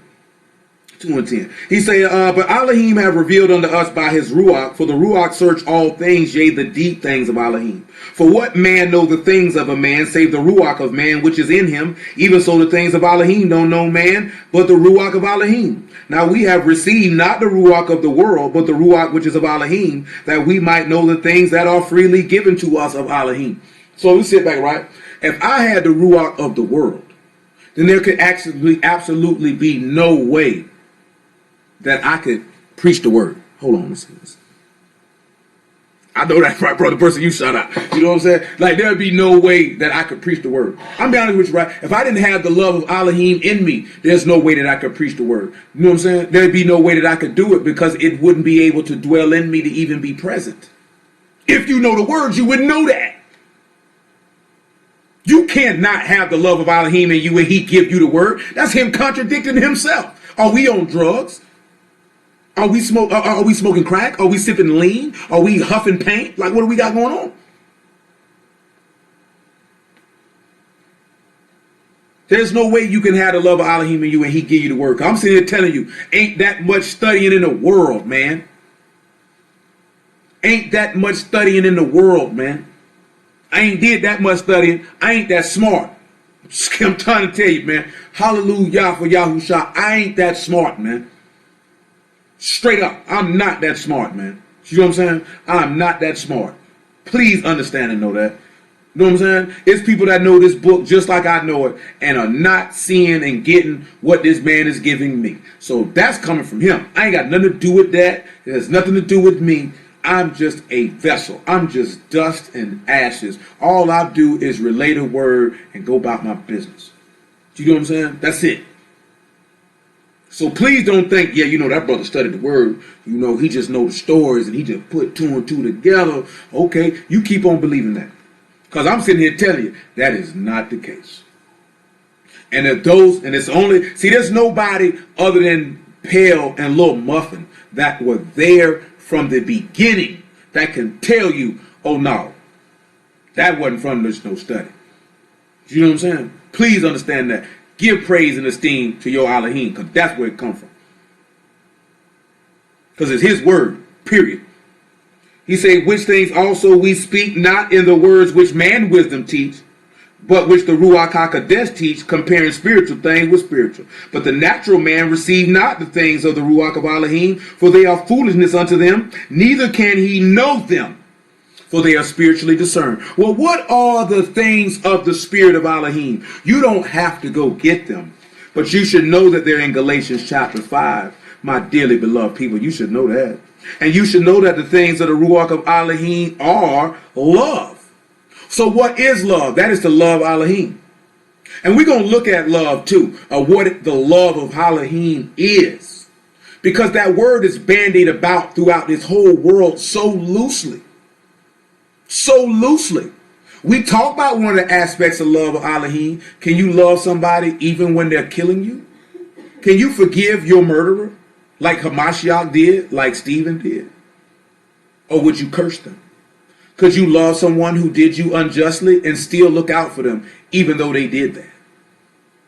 Because see, people scream love. Could you love someone who hated you? Would you die for someone who hated you? Could you still be faithful to the unfaithful? Giving to the ungrateful? Loving to the despondent and despaired? You know what I mean? Because I can sit back and tell you, I know that niggas did not love people when they had opportunities to love people, and they know what I'm talking about. And I ain't talking about myself either. You know what I'm saying? I ain't talking about the situation I dealt with. You know what I'm saying? Some did, and they know who they is, and they know why I rock with them behind that too. You know what I'm saying? A lot didn't though. I'm speaking for me, but there were others that they knew that they needed somebody, and they did not come through in the clutch for them. And they know it. Some acknowledge that they didn't do it, and I respect them for that. Because that takes earnestness. You know what I'm saying? That takes realness to come up and say, I dropped the ball on that. I know I need to do better when I recognize and see that when that opportunity ever arises again. Y'all forbid that those opportunities do arise. But we know through the course of life that they will. Do you know what I'm saying? It's like this here, right? The love of Alahym, you must have faith in Alahym.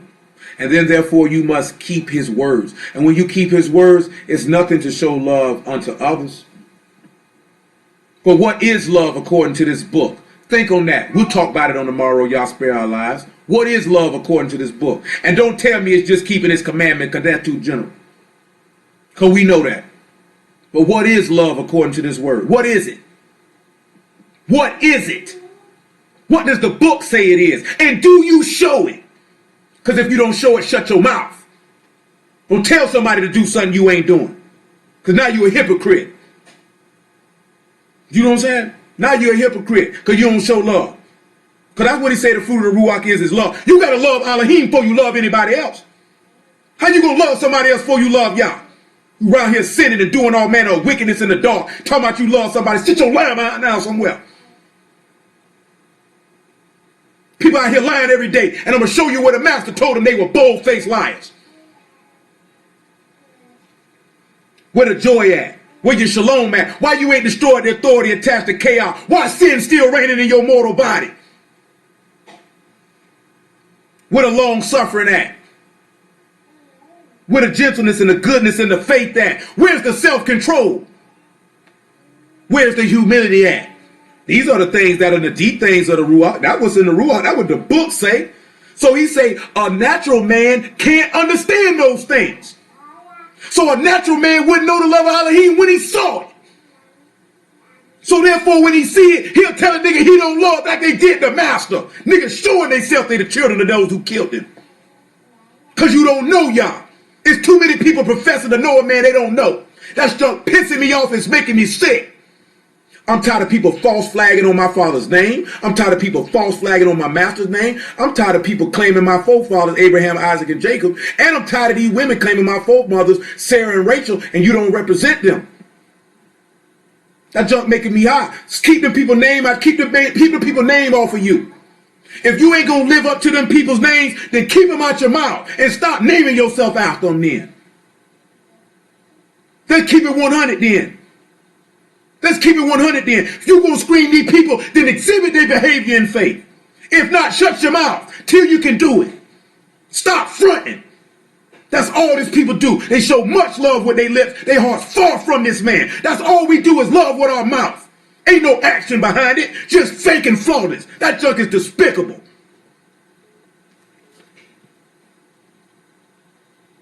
It's outright despicable.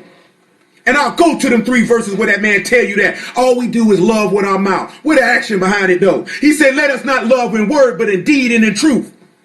Where it's at?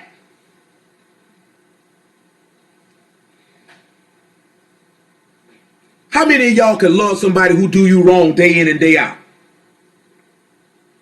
How many of y'all can do that? How many of your enemy hungry, you give him something to eat? If he thirsty, he give him something to drink. I don't mess with that nigga. How many of you sit back talking about your brother offend you? You ain't even man enough to go tell it. And then you won't forgive him when he say I'm sorry. But niggas got the love of Alahym in them. What book we been reading? Who we claim to serve if we not really living it? I'm going to tell you something, right? I'm going to say this real before I continue reading this verse 14, this verse 15. I'm going to tell you something. When people run across me, they be like, you know, that brother real nice with the word. That brother real nice with the word. He be breaking that stuff down. Then they get around the nigga. See, I'm going to tell you something. See, they think I be capping. Then the longer they get around, they say, oh, bro, dead serious about this. Then they want to get from around me then. Just like they did the master. Because niggas don't want to live this for real. This ain't people earnest desire. This ain't what people really want to do. They want to pretend and have a gathering like you did on Sundays, man. Go back to the Sunday church for this, man. This is for soldiers. Men and women. Man, you know how many, man, you know the shame is here, man, that I know women in this word that's realer than dudes. Ought to be shamed. As men, we ought to be shamed that a woman got more realness in her heart than you do. And this ain't the first time I done said that. We ought to be shamed. Ain't no way in the world a woman should be realer than no man in his word. I ain't talking about that a woman can't be real in the word. I'm talking about realer than the men. And that stuff don't even bother us. Why? How do our women even expect to even sit back and say, I got an acceptable husband to take me and lead me and guide me in the way of Yahuwah, and she knows she realer than him. She knows she's stronger than him. How's she going to trust you to raise her child after that? Nigga, I can't trust you to lead me to the corner store. Man, 1 Corinthians 2 and 15, man. But he that is spiritual judge all things, yet he himself is judged of no man. I did all that just to read that part to you, because that's what he means. If you're a spiritual man, you ain't judging no man. You can judge everything. But see, those who are the flesh, they going to judge after the flesh. They going to judge after appearance and carnal thoughts and feelings. They're going to judge according to the nephash. They're not going to judge according to the ruach. They ain't going to do it. But hold on. But for who have known the mind of Yahuwah, that he may instruct him, but we had the mind of Mashiach. You know what I'm saying? Pray the Lamb. Got the mind of Mashiach. You got the mind of Mashiach. You move different. You think different. You speak different. You live different. Thank Yah for it. Come on back to John chapter 8. Man, I ain't playing no game tonight. I mean, I hear everything. I ain't playing. I'm dead serious tonight. And I mean every single solitary word that come out of my mouth. You know what I'm saying? I mean every bit of it. You know what I'm saying?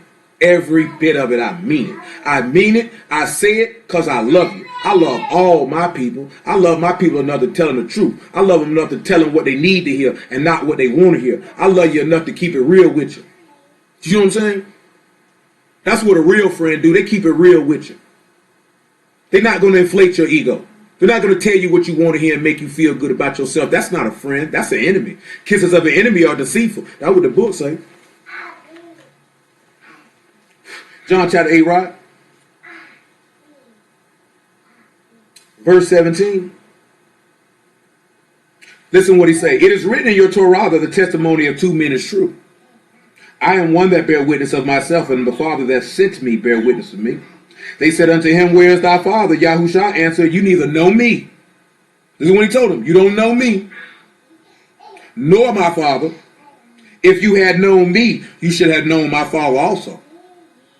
So I'm going to tell you something real. If you don't know Yahushua HaMashiach, you don't know Abba Yahuwah. Please know that. How can you call on him whom you have not heard? And how can you believe on him whom you have not heard? And how can you hear except you have a preacher? And how can they preach except they be sent? Because faith come by hearing, and hearing come by the word of Alahym. That's what the book say.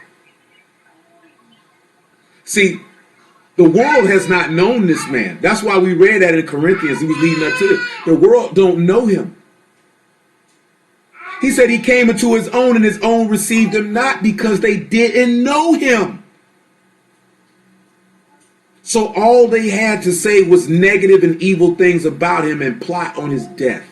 Because they didn't know him, therefore they didn't know the Father. Therefore they hated him, therefore they hated the Father. And I'm going to show you what the Master said that himself now. I'm going to like this here, right? The word is right. Boy, this thing here ain't no joke now. You know what I'm saying? This thing ain't no joke, man. I mean, like, man. Like, man. I can't recall the verse, and I'm going to try to work it in where it's located at. I just remember what it said in the epistle to Paul. And not to Paul, that Paul wrote. He said, the more that I am loved, the more that I love, the less that I will be loved. And we'll sit back and look at that. The more the master loved the people, the less that they loved him. This is book. You know what I'm saying? Let me go ahead and find that verse. This is book, y'all. This is not an opinion. This is not, me just saying that. This is book. This is what the book says. So the more that we begin to take, because this man is talking to these people and they don't love him. They want to kill him. They want to take him out. Okay, I got it for y'all. They want to take him out. They want to take him out. All because he loved them. Verse 20. These words spake Yahushua in the treasury, as he taught in the temple. No man laid hands on him, for his hour was not yet come. Now he talking to the scribes and Pharisees, but the people in there too, and they all wanted to kill him. And they all wanted to kill him. And they all wanted to kill him. All he did was tell them the truth. Galatians 4:16 says, I become your enemy because I've told you the truth. And we're going to sit back and see that. So have I become the adversary? Have I become Satan because I told you the words of faith, the words of righteousness? Now I'm your enemy?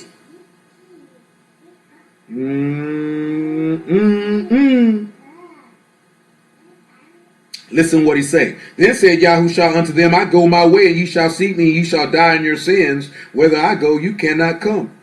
Then said the Yahudym.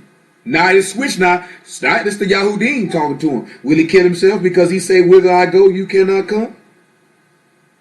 He said unto them, you are from beneath, and I am from above. You are of this world. I am not of this world. Now you could drop back down to verse 36, 37, I should say. The reason why I want you to see that, now he's talking to the Yahudym. And it's going to tie into what we read in Revelation 3 and Revelation 2. He talking to the Yahudym now. He just sat back and told him, man, son. This man just sat back and told him, you from beneath. You from the dust. You from the earth. You the first man, you earthy, you carnal, you sensual. Hold this and go to the epistle of Jude. After that, 2 Peter chapter 2. Hallelujah for Yahushua and the word. Thank Yah for the word. You know what I'm saying? I ain't nobody, man. You know what I'm saying? I'm talking about, it is funny to me, I done spoke to dudes who I had never talked to before in my life who told me negative things that they had heard about me. I ain't even know these people. I just laugh, you know what I mean? They're like, niggas is funny. You know what I'm saying? Niggas is funny. You know what I'm talking about? But it just comes with the territory. If everybody got good things to say about you and everybody love you, you ain't doing it right. You ain't doing it right. You ain't doing it right. If everybody comes to you and everybody loves you, you ain't doing it right. Master told you that. He said, destruction unto you if everybody speak well of you. Truly, Yahuwah is not in you. Truly, Alahym is not in you. If everybody love you, God ain't in you. This world hate this man. You ain't know? You better ask somebody. And I say ask somebody, you better ask Yahuwah. Matter of fact, you better do like Philip did. When that Ethiopian eunuch did Philip, can you guide me? You better ask somebody who know the book to show it to you. That's what you better do. That's what you better do. That's what you better do if you got a brain. I'm trying to tell you, this thing is not what you think it is. Everybody is not going to love you. Epistle of Jude, right? Verse 16. Make it 15.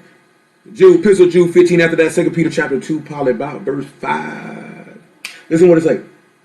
These are murmurers, complainers, walking after their own lusts. That's why he said, you from beneath, I'm from above. Because most people who from beneath, they complain and they murmur. They always talking trash. They always complaining. They always walking after their own desires. Remember one of the words for lust was to be stubborn, to be obstinate? And their mouths speak great swelling words, having men's person in admiration because of advantage. Steady running their mouth, popping off. But beloved, remember ye the words which were spoken of the apostles of our Master Yahushua HaMashiach, how that they told you that there should be mockers in the last time, who should walk after their ungodly lust. These be they who separate themselves, sensual, not having the Ruach. Carnal. That's why he told him, you from beneath, I'm from above, you carnal. 2 Peter chapter 2, because I got to crank it up a notch. I got to at least hit two of these examples that I have, if you would find it fit for me to do so. 2 Peter chapter 2, right? Verse 5. Check it.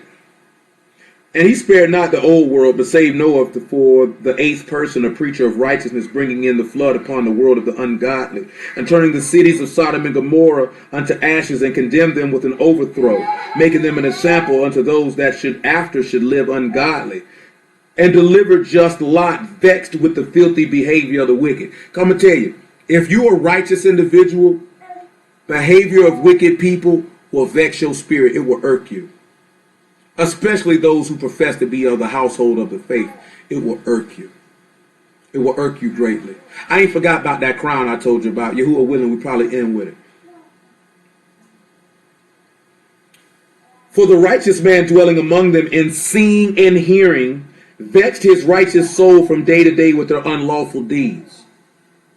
The master know how to deliver the godly out of temptations and to reserve the unjust until the day of judgment to be punished.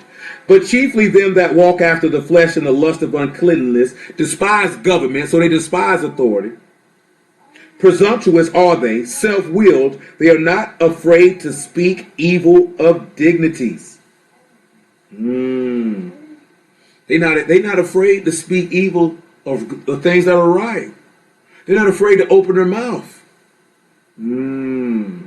Back to John chapter 8. Just things to consider. Things to weigh in your heart. Things to think about.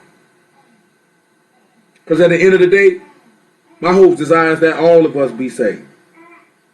The reality is that all of us will not be saved.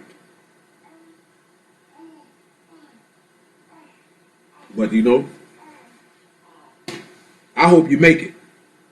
Because I want for my brother what I want for myself. I want salvation. I want for my sister what I want for myself. I want salvation.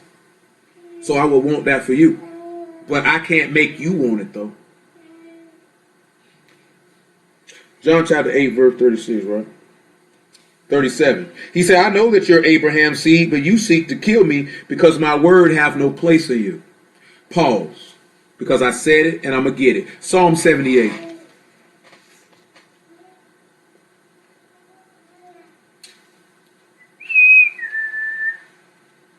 I had to catch myself. I almost gave a shameless plug that would be out of place right now. I have to wait till we're finished.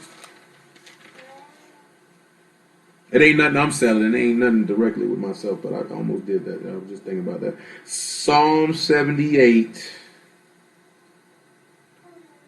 verse 31. Psalm 78, verse 31. Let's see what the word says. The wrath of Alahym came upon them and slew the fattest of them and smote down the chosen men of Yasharal. For all this they sinned still, and believed not for his wondrous works. Therefore their days did he consume in vanity, and their years in trouble. When he slew them, they sought him. Then they sought him, and they returned and inquired early after Alahym. And they remembered that Alahym was their rock, and the high Alahym their redeemer. Nevertheless, they did flatter him with their mouth, and they lied unto him with their tongues.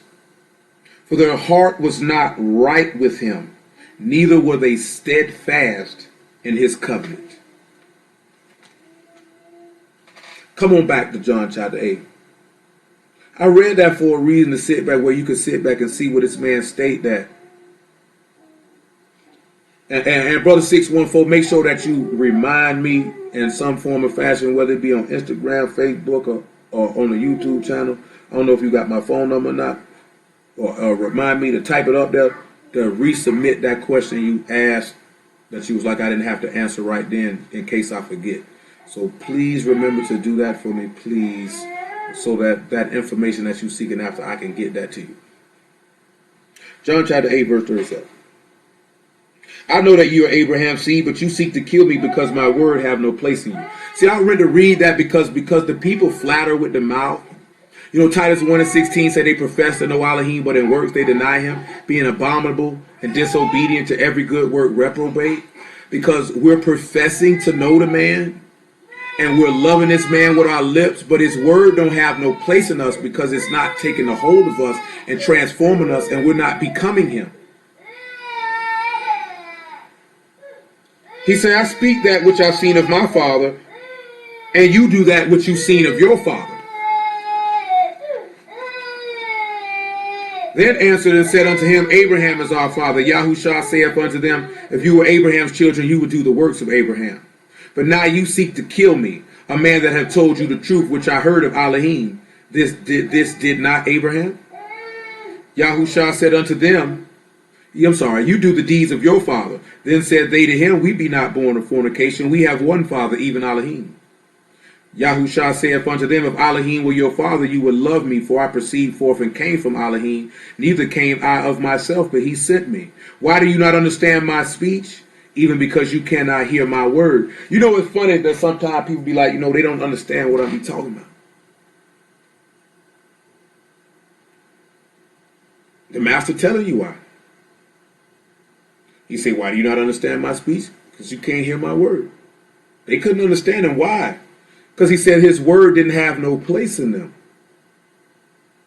Now, we're not talking about not understanding a concept or not understanding a topic of a particular sermon.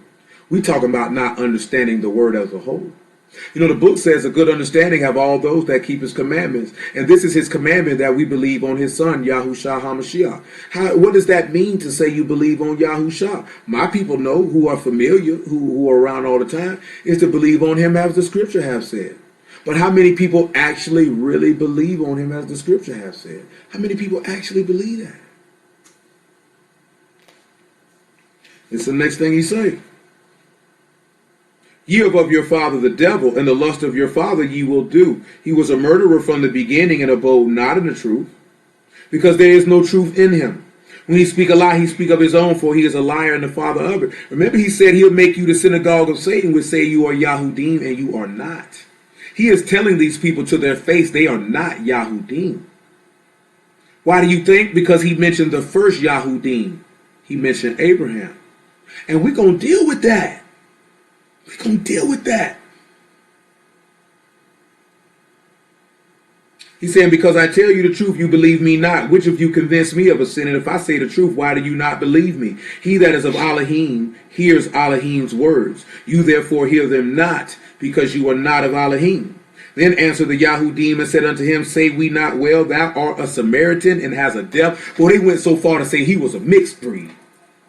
They went so far to say he's a Gentile and he got a devil. And all he was doing was showing them love by telling them the truth. Open rebuke is better than secret love. He was giving them an open rebuke. He was telling them the word of Alahym, which they should love. They called him a Samaritan and said he had a devil. They hated him for his words.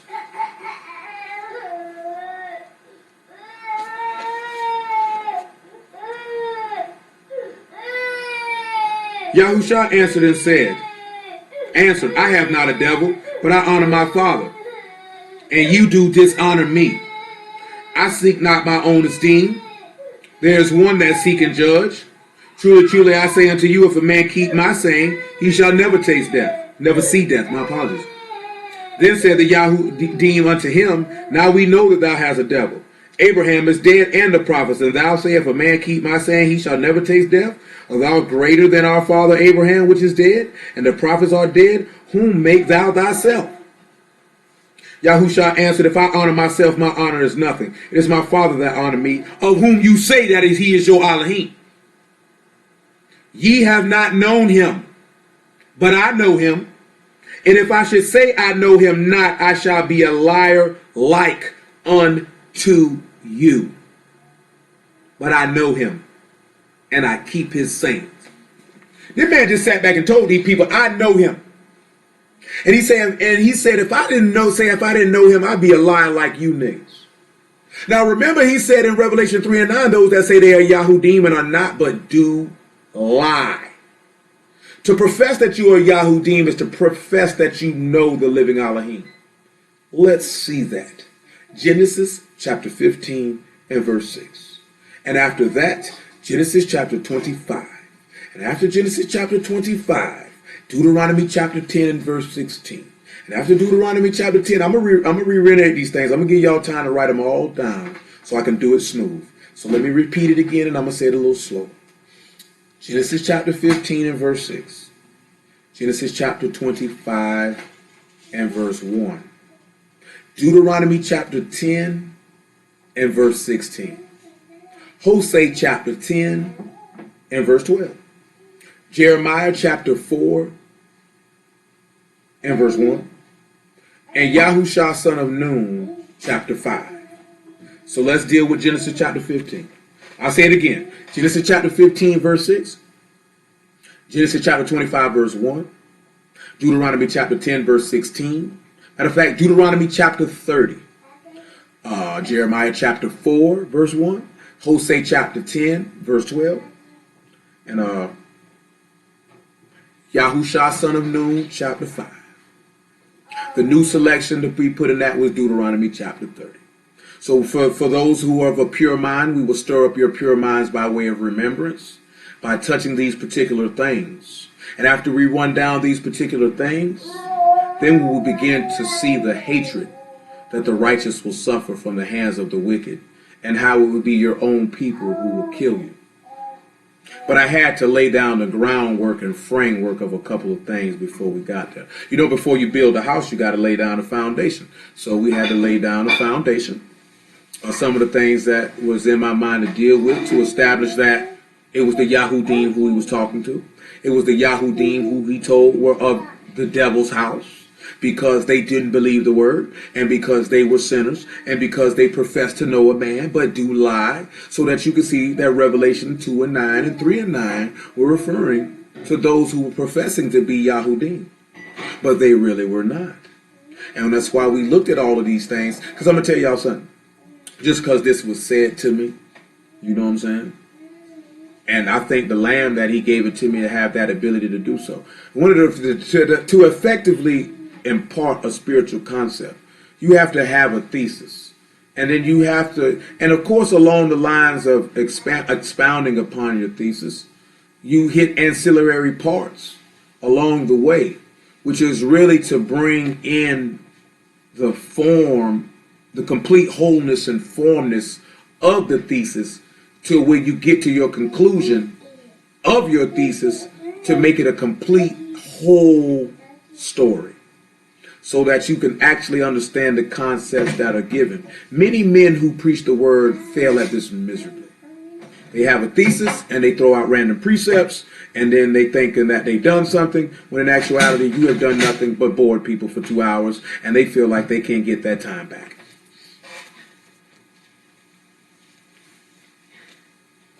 Genesis 15 and 6. I'm going to tell you what's real.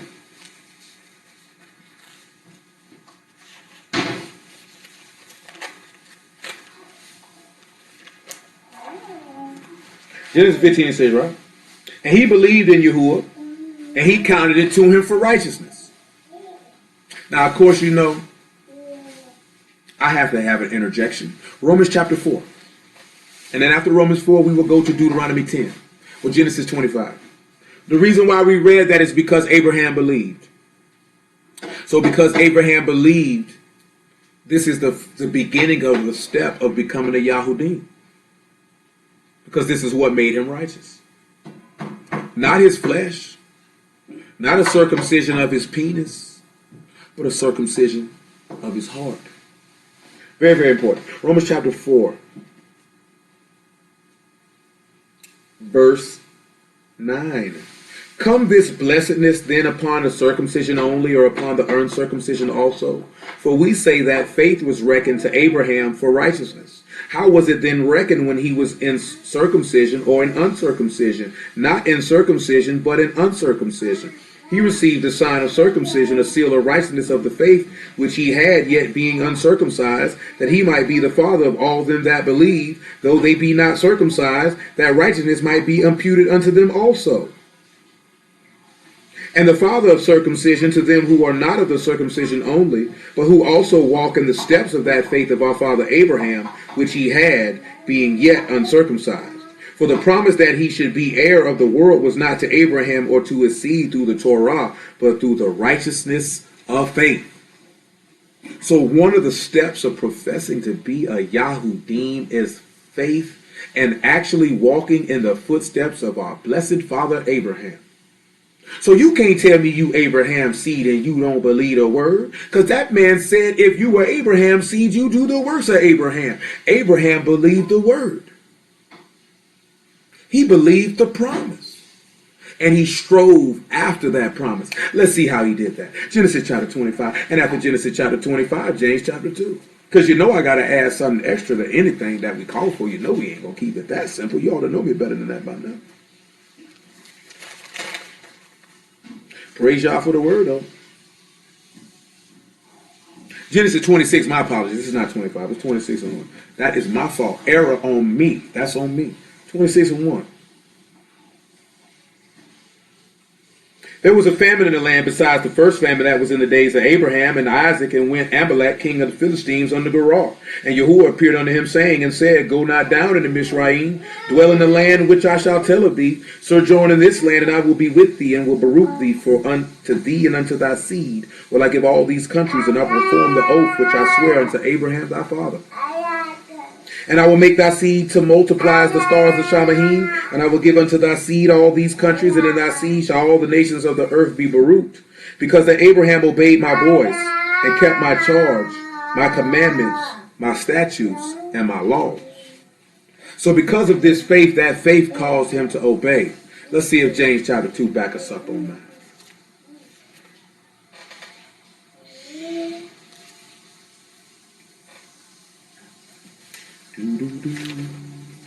Fireman out. Hope ain't nobody dead. Never know in this city. These boys be wild. James chapter 2 verse 21. Was not Abraham our father justified by works when he offered up Isaac his son upon the altar? See how faith wrought with his works, and by works was faith made perfect?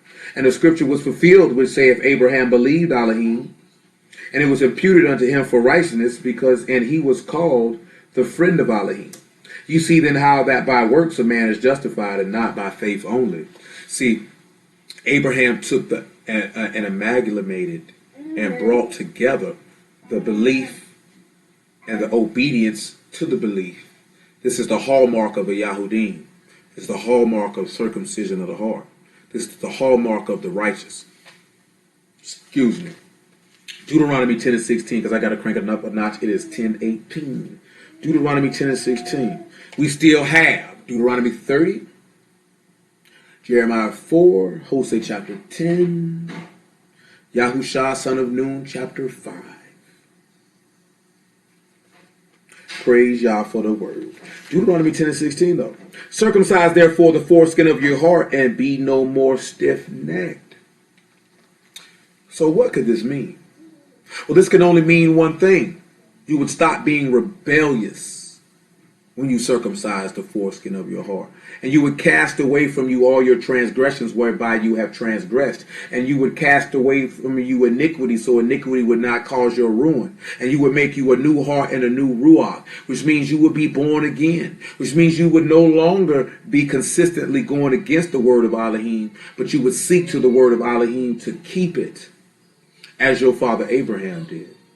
And this would be the manifestation of your circumcision of your heart, showing you a Yahudym. So if you say you know this man and you have not done this, you are a liar. Stop saying you a Yahudym with your mouth and show that you a Yahudym with your life through the manifestation of your faith, your trust, your hope, your desire, your longing to be in the grace, in the presence, in the power, in the esteem, in the light of the living Alahym.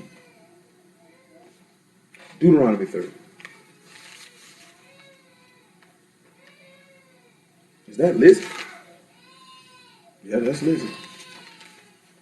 Deuteronomy chapter 30 and verse 6.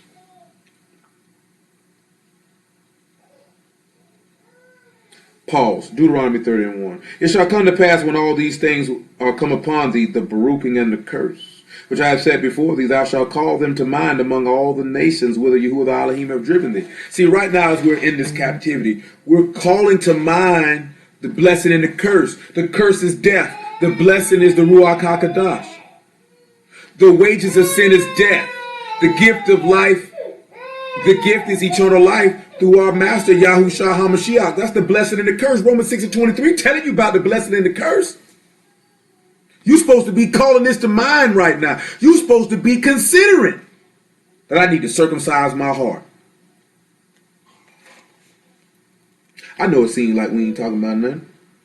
And thou shalt return unto Yahuwah the Alahym, and thou shalt obey his voice, according to all that I command thee this day, thou and thy children, with all thy heart and with all thy soul. That then Yahuwah the Alahym will turn thy captivity and have compassion upon thee, and will return and gather thee from all the nations whither Yahuwah the Alahym have scattered thee. If any be driven out to the outermost parts of Shamahim, from thence will Yahuwah the Alahym gather thee, and from thence will he fetch thee. And Yahuwah the Alahym will bring thee into the land which thy fathers possessed. And thou shalt possess it, and he will do thee good and multiply thee above thy fathers. Yahuwah Alahym will circumcise thine heart and the heart of thy seed to love Yahuwah the Alahym with all thine heart and with all thy soul, that thou may live. We're going to jump to Joshua chapter 5 right now. He say that he will circumcise your heart. Let's see how.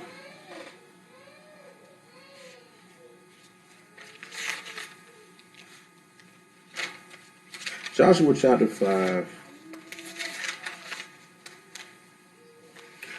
Joshua chapter 5 and verse 2. And we'll move around, try to crank it up a little bit. At that time, Yahuwah said unto Yahushua, make these sharp knives and circumcise again the children of Yasharal the second time. Make you, so we got to see what those sharp knives would be. I don't know what they could be. Yahushua made him sharp knives and circumcised the children of Yasharal at the hill of foreskins. And this is the cause why Yahushua did circumcise all the people that came out of Mizraim that were males. Even all the men of war died in the wilderness by the way after they came out of Mizraim. Now all the people that were come out were circumcised. But the people that were born in the wilderness by the way as they came forth out of Mizraim, them had they not circumcised. For the children of Yasharal walked 40 years in the wilderness till all the people that were men of war, which came out of Mizraim, were consumed, because they obeyed not the voice of Yahuwah, unto whom Yahuwah sware that he would not show them the land which Yahuwah sware unto their fathers, that he would give us, a land that flow with milk and honey. And the children whom he raised up in their stead, them Yahushua circumcised, for they were uncircumcised. They had not circumcised them by the way. And it came to pass, when they had done the circumcising all the people, they abode in their places in the camp till they were whole. And Yahuwah said unto Yahushua, this day have I rolled away the reproach of Mizraim off of you. Wherefore the name of the place is called Gilgal unto this day. And Gilgal means to roll. So he said, by the way. So I got to paraphrase. Yahudym chapter 14 verse 4, the master say he's the way, the truth, and the life. We know that in Exodus chapter 17 verse 1, the wilderness was called sin. So we would sit back and we would be representative of looking at this second circumcision by Yahushua, is that we were in our sins and in our trespasses. So we had to be circumcised the second time with sharp knives. Well, with those sharp knives, the nails that went through the hands and through the feet of Mashiach. Therefore, when we read Romans chapter 6 and we see we're immersed in his death and we're taken into the likeness of his death and we have crucified ourselves with him, therefore we see the sharp knives which cause the circumcision, which would allow us to be no more stiff-necked, because we would have circumcised our hearts, because we would know the rolling away is Matthew chapter 28 or Luke 24, the rolling away of the stone off of the grave, rolling off the sin of Mizraim, rolling off the sin of bondage. Because the Son shall make you free, you shall be free indeed. Now sin has been rolled away from you because you have circumcised your heart. So when he's telling them, you say you are Yahudym, but do lie because you do not know him, it's because you have not circumcised your heart. It's because you have not crucified yourselves with him. Therefore you are a liar. Because 1 John 2 and 3 says, he that saith he know him and keep not his commandments is a liar. And the commandment that he gave is to believe on his son. And if you believed on his son, you would obey his word. So if you don't believe on his son, you're not going to obey his word. Therefore, you are not a Yahudym. Don't profess to be one. You are a liar. And therefore, according to Yahushua's mouth, you are of the household of the adversary. Now put that in your pipe and smoke it. And let that marinate of what that means. Woo! Because John chapter 8, he said, I know him. And if I say him, I know him not, I'll be a liar like you. You can't say you're a Yahudym and you don't know this man. That man say all liars got their part in the lake now. Woo! Stuff make your soul shake if you got one. What I need right here. What I need. Colossians chapter 2, verse 8. That's what I need. You know what I'm saying? I done took off my coat. How shall I put it back on? I done washed my feet. How shall I defile them? I just ain't say that just to say that. That book. If you know where it's at, Baruch be you. If not, you got a homework assignment, I guess.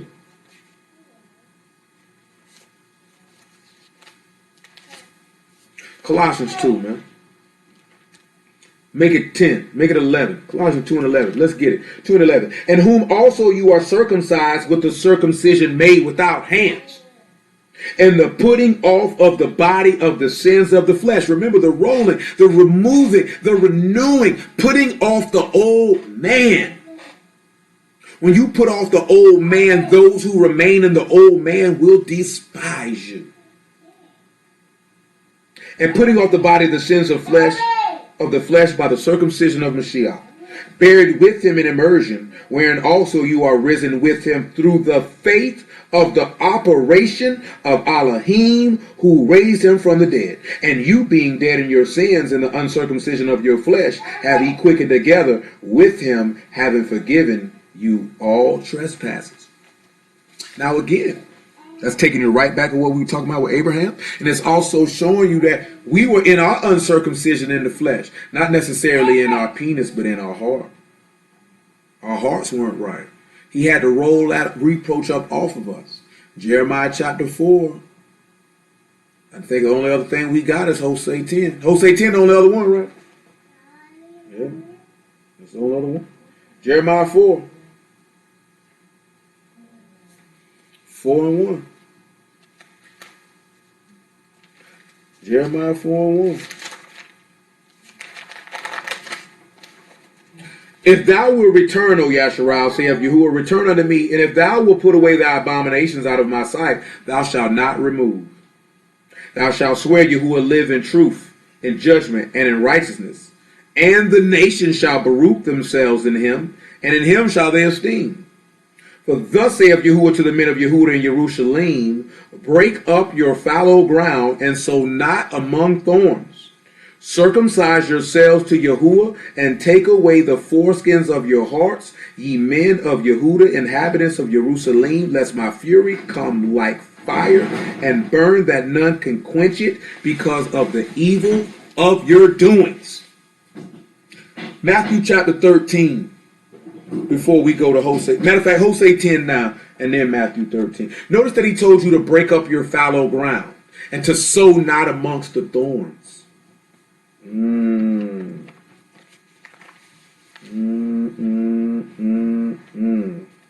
I thank y'all for the word.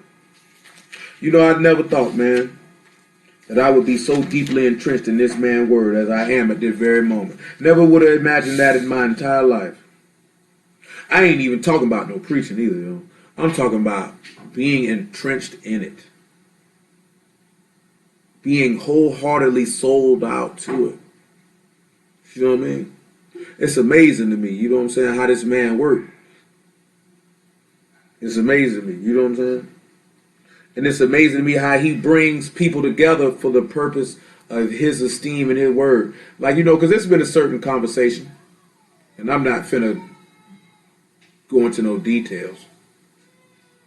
But it's amazing how he brings people together who are of his Ruach and of his salvation, whose names were written in Shamahim from the foundation of the world for his esteem. It's amazing how he brings men and women together for the purpose of matrimony for his esteem. Because contrary to popular belief, you know what it says in the book of Mark. This man say, well, Alahym brought together, let no man split asunder. If you don't think that he take righteous men and women and put them together, you's a fool. If you don't think he take unrighteous men and women and put them together, then you's a fool. Because sometimes, like I say, now I ain't going to tell you no lie, right? You know, we don't go through the Apocrypha and we don't deal with the Apocrypha like that. But it tells you that in the Apocrypha. A righteous, virtuous woman is given to a righteous man, and a wicked woman is the portion of a wicked man. Wicked friends are the portion of wicked people. Righteous people are given to be in the company of other righteous people. That's how Yahuwah operates. And it's clear throughout this entire book. Romans 10 and 12. Because see, I ain't going to tell you what I feel. I'm going to just tell you what the book says. See, a lot of people like to tell you what you feel. I'm going to tell you what the word says. Sow to yourselves in righteousness and reap in mercy. Break up your fallow ground, for it is time to seek Yahuwah till he come and rain righteousness upon you. You have plowed wickedness, you have reaped iniquity. You have eaten the fruit of lies, because thou did trust in thy way and in the multitude of thy mighty men. See, that's the thing that gets in trouble. Remember we read that in Peter? Remember we read that in 2 Peter? Self-willed are they. They're not afraid to speak evil of dignities because we trust in our way. See, Abraham didn't trust in his way. See, Yahushua didn't trust in his way. They trusted in the way, in Yahuwah. So they broke up their fallow ground. Matthew chapter 13. After Matthew 13, Romans chapter 2. And then we can get to the crux. Yeah, we get to the crux then. I got a couple chapters. I'm probably only going to be able to do one. Because I see that Yahuwah saw fit that everything that I just mentioned tonight had to be mentioned. Before we even could begin to even delve into talking about the hatred that the righteous going to get. I guess we had to delve in the fact of what we had to do to even become that for anybody to hate you in the first place. Matthew chapter 13, right? Verse 22. He also that receives seed among the thorns is he that hear the word, and the cares of this world and the deceitfulness of riches choke off the word, and he become unfruitful. Notice that he talked about breaking up your fallow ground and not sowing among the thorns and us eating the fruit of lies. And it's amazing that he referred to us eating the fruit of lies, because we know that the fruit that was eaten from the tree of the knowledge of good and evil, which was initiated by the father of lies, the devil himself, whom the master said to the Yahudym was their father, because they did his works. And this people love lies, Don't speak unto us right things, speak unto us smooth things, prophecy unto us deceits. That's what this people loves. This people doesn't love the truth. Thus saith our Alahym, not thus saith Dwayne Bonton. Thus saith our Alahym. This people don't love the truth. We just read that last week. He said they don't have a delight in the word. It's a reproach unto them. So we don't like it. We don't like it. We don't like it because it condemns our behavior. It convicts our thought processes. It causes us to have to look at ourselves. Like I said before, man, real people examine themselves and they run checks on themselves of how they can do better. You know what I'm saying? Real people get upset if they do something that they perceive disappoints someone whom they care about. It will bother them. You know what I'm saying? If they feel like they're letting someone down who is important unto them. You know what I'm saying? We don't have that feeling if we feel like we're letting Yahuwah down. We just motor on, go on about our way. You know what I'm saying? But hey, it's your soul. You do what you want. You know what I'm saying?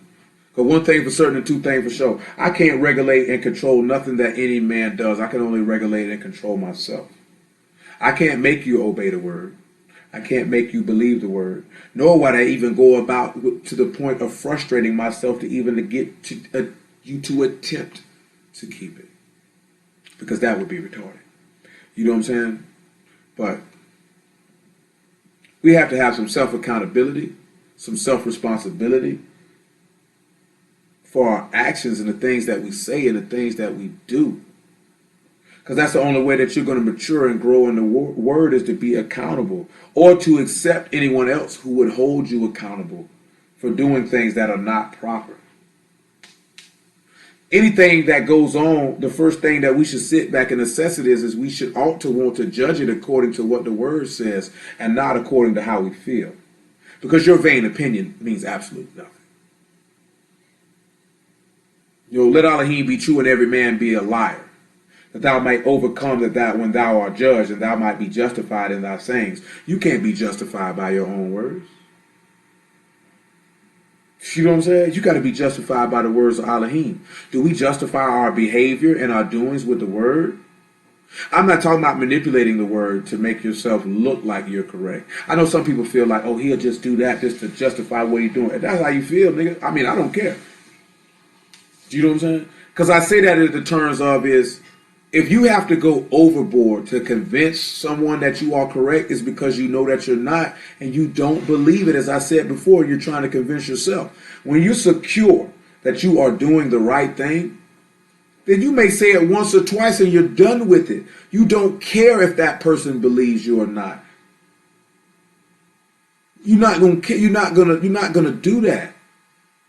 Because you're secure in whom you serve and that your behavior is according to the word. Therefore, the word will justify you on the last day. Only insecure, weak, and fake people feel the need to be justified by other people, by what they're doing, and to try to convince them. You know what I'm saying? I told you, I don't feel the need to convince anyone to follow the word. I feel the need to persuade men to turn from their sins during the terror of Yahuwah, that they be not partakers of his wrath. But I don't feel the need to browbeat you across your head to get you to do it. Either you are or you're not. You know what I'm saying? Some of the most greatest opposition that the righteous men of this word are going to receive are going to be from their own people.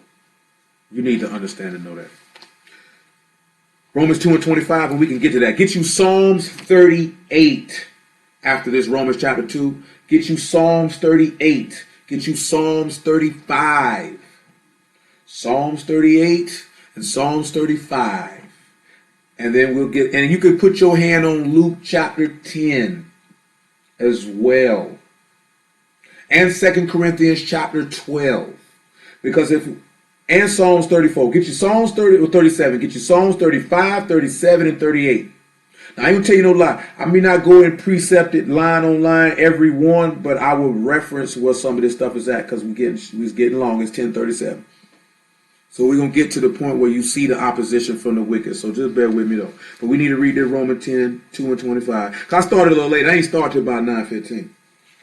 Actually dropping the word itself. So I had to get some things off my chest. You know what I'm saying? Let some things be known. Because I'm just outright disgusted with the state of my people. I would hope some of y'all feel the same way. And when I say my people, I'm talking about Yasharal as a whole. Romans 2 and 25. For circumcision truly profit if thou keep the Torah. But if thou art a breaker of the Torah, thy circumcision is made uncircumcision. And shall not, therefore, if the uncircumcision keep the righteousness of the Torah, shall not his uncircumcision be counted for circumcision? And shall not uncircumcision, which is by nature, if it fulfill the Torah, judge thee who by the letter and circumcision dost transgress the Torah? For he is not a Yahudym, which is one outwardly, neither is that circumcision which is outward in the flesh, but he is a Yahudym, which is one inwardly. And circumcision is that of the heart and in the ruach and not in the letter, who praise is not of men, but of Alahym. You can't be a Yahudym and you seek the honor that come from one from another and not the honor that come from Alahym only. To those that are Yahudym don't care what men think about them. Those that are Yahudym don't care what men say about them because they seek praise from Alahym and not men. Ooh, woo. You know how many people don't fit the classification of being a Yahudym because they don't seek the praise of Alahym but the praise of men? Boy, this book get tight on your loins every single time you read it. Psalms 38 though.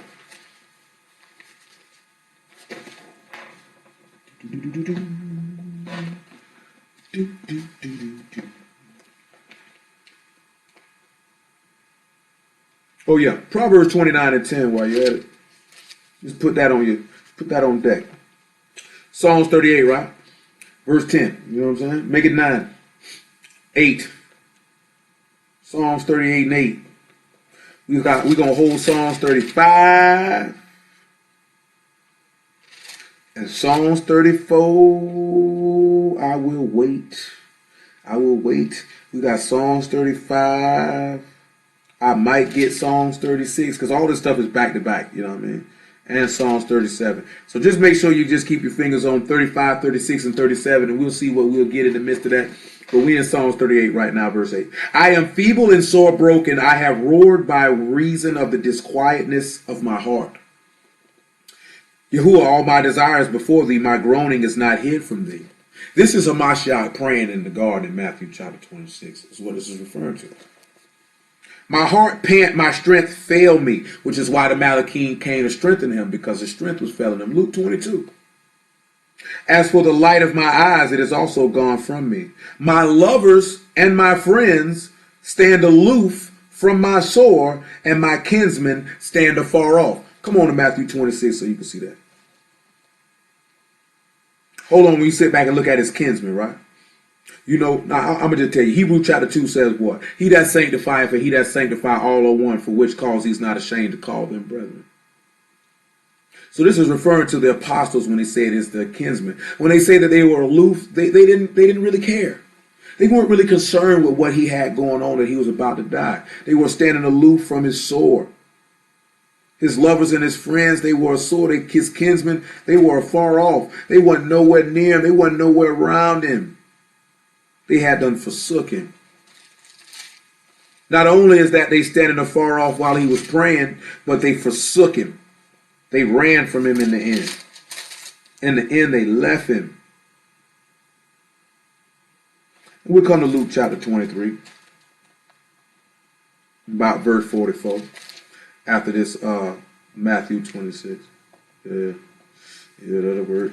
Yeah, man. Praise y'all for the word. Matthew chapter 26.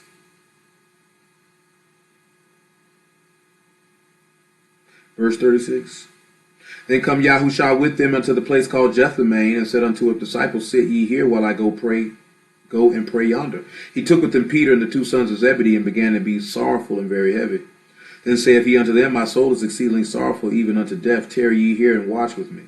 He went a little further and fell on his face and prayed, saying, O Abba, if it be possible, let this cup pass from me. Nevertheless, not as I will, but as thou wilt. And he come up to the disciples and find them asleep, and saith unto Peter, What, could you not watch with me 1 hour? They were just standing far off, aloof from his soul. While his soul, he was groaning in the midst of his soul. His heart is panting. His strength is failing. He's getting weak.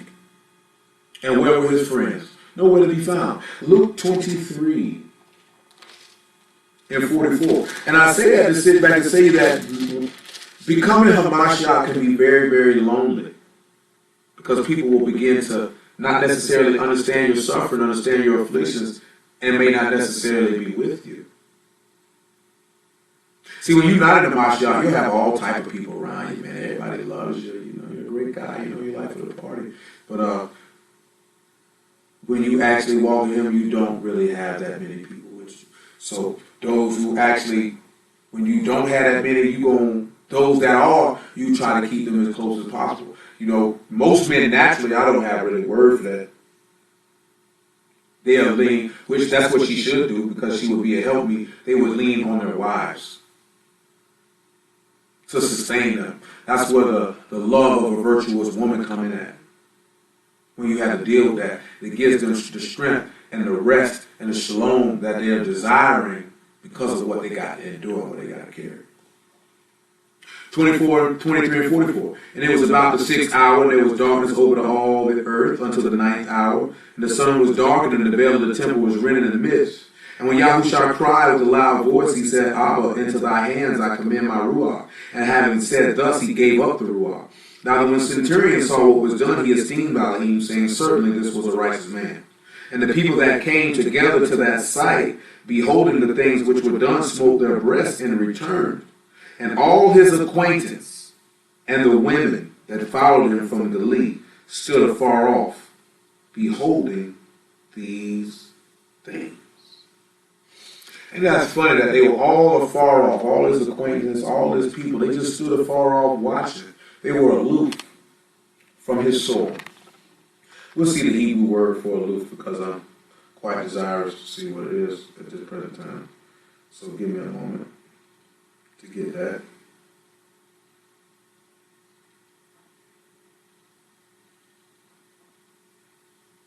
The word is nigad.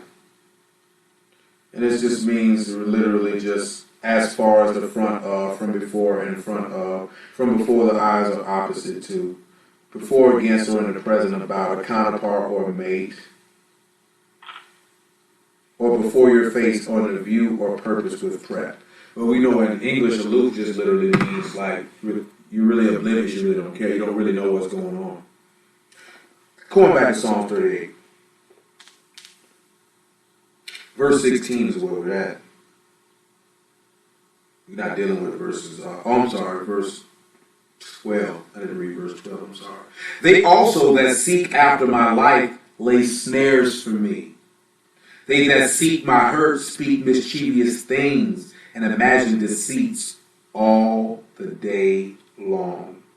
Verse 19 though, but my enemies are lively, and they are strong, and they that hate me wrongfully are multiplied. They also that render evil for good are my adversaries, because I follow the thing that good is. Let's look at something, right? He said his enemies are lively. The word for lively is kahi, and it just literally means alive. So we don't have anything in sense on that one there. His enemies are lively. It means they're alive with sin. They got all this stuff. And he said they're strong, they hate me, that wrongfully are multiplied. They that also render evil for good are become my adversaries. This man says that they lay snares for me, and they seek my hurt, and speak mischievous things and imagine deceits all the day long. So when we sit back and we look at that, we would have to see where these people lay snares and traps for the master. Let's look in Luke chapter 12 to see if we can see them beginning to lay a snare and a trap. And we already know that a mind that devises wicked imaginations or mischievous things is an abomination unto Yahuwah. It clearly says they imagine deceits all the day long, and that his enemies are strong, and they that hate him are multiplied, and that they will render evil for his good, because he went after the thing that good is. Well, we know that the Master said in Matthew 19 that there's none good but Alahym. So because he followed after Alahym, these people wanted to kill him. Just like we read in John chapter 8. Before we even get what I just mentioned. Luke chapter 12. Come over here to 1 John chapter 3 verse 11. And then 2 Timothy chapter 3. It is 10:48. We're going to go a little past. You know I like to stop at about 11 o'clock, but we're going to go past a little past 11. And I think I'll just continue some of this stuff on tomorrow, because I knew it was a lot. We probably could have got all of it in, but he took us in a little different direction to get us to this point, to get us to understanding what would make you righteous to the point that these people will want to kill you. 1 John 3 and 11. For this is the message that you heard from the beginning, that we should love one another. Not as Cain, who was of that wicked one, and slew his brother. Wherefore slew he him, because his own works were evil and his brother's righteous.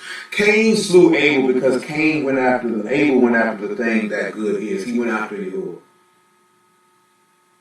So this is why he wanted to kill him. They wanted to kill Amashah because he went after Alahym. He served him. He went after him. Therefore, they wanted to kill him for this. And what do you think they're going to want to do to you? 2 Timothy chapter 3. Because I know I got to hit this crown thing too. I said I was going to teach y'all with this crown. We're going to hit this crown. Because I'm not going to do y'all like that. I'm not going to say we're going to do that and not do that. And don't think I ain't talking to the women too. Yeah, the women get them on too. You know, everybody get a crown. Everybody get a crown. 3 and 11. Make it 8. Now as James and Jambres withstood Moses, so do these also resist the truth. See, a lot of people resist righteous people just like the people did before. Men of corrupt minds reprobate concerning the faith. Ooh, you resist the faith. That man said you's a reprobate. Your mind is corrupt. But they shall proceed no further, for the folly shall be made manifest unto all men, as theirs also war. You have to know that eventually Yahuwah will expose your stupidity. And everyone is going to see it. I don't know why y'all think this man ain't going to do this, because this man clearly did this. He clearly did this in the wilderness, exposing these men's folly. He clearly exposed these men's folly. James and Jambres, Korah, all of these people, he exposed their folly. He going to expose your folly. Take it for a game if you want it. Take it as a game if you want it. Don't think this man won't put you out there and let everybody see how stupid you is. But thou hast fully known my doctrine, manner of life, purpose, faith, long-suffering, charity, and patience. Persecutions, afflictions, which came to me at Antioch and Iconium and Lystra, which persecutions I endured, but out of them all the Master delivered me. Those were those persecutions that we read on Wednesday, where Paul got stoned in Antioch and Iconium. We read about those on Wednesday. Yea, all that will live godly in Yahushua HaMashiach shall suffer persecution. If they did it to him, they're going to do it to you. I don't know how y'all think y'all go above that. Who persecuted Hamashiach? When we read about Paul getting persecuted, who persecuted him? Yahudym persecuted him. Yahudym stoned him. Yahudym killed the master. But evil men and seducers shall wax worse and worse, deceiving and being deceived. Remember, if sin is enticed thee, my son, consent thou not. Watch the people who be trying to seduce you and convince you to do things contrary to the word. Better watch them. Better watch them. That's all I'm going to tell you. Better watch them. What was I said I wanted for that? Luke chapter 12. Let's look at these people sitting back laying snares for the master.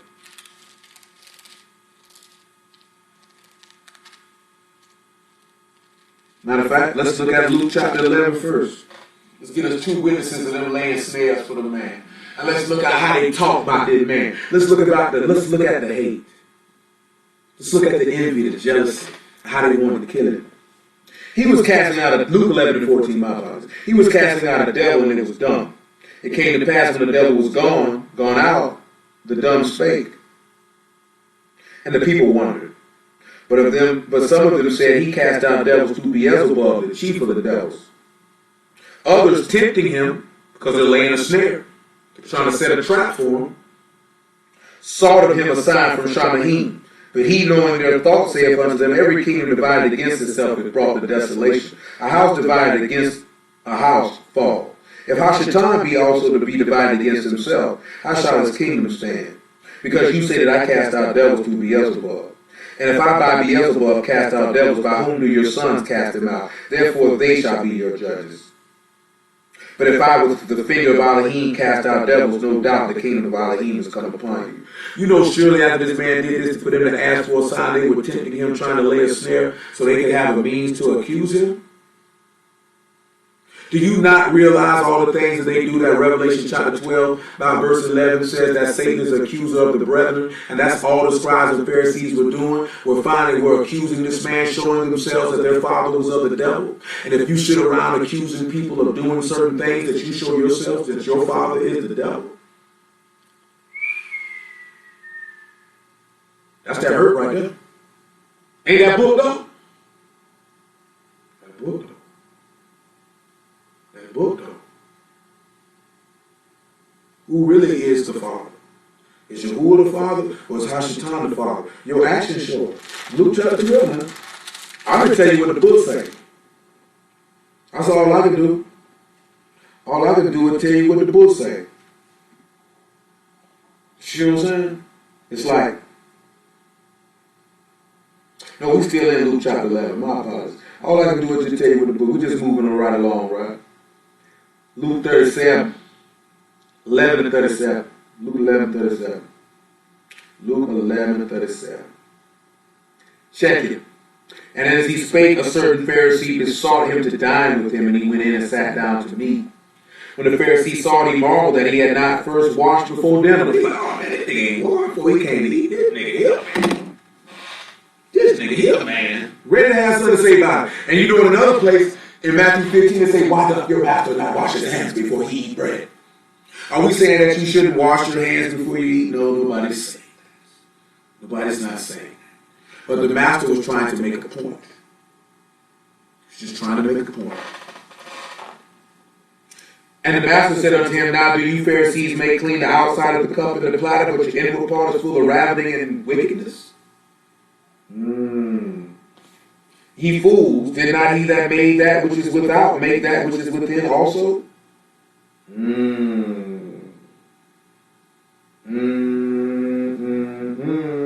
But one of you Pharisees, when you tithe mint and ruin all manner of herbs and pass over judgment and the love of Alahym, these all you that have done and not leave the other undone. Just look at what's the love of Alahym: long suffering, patience, kindness, gentleness, meekness, truth, joy, because he said he's the Alahym of truth. You better check Exodus 33 if you think I'm adding Galatians chapter 5. I ain't adding. I'm just telling you what Yahuwah is. That's the love of Alahym. He's full of abundance of goodness and truth. That's faith. That's the word. What? You ain't know? You ain't know? That's all the part of the love of Alahym.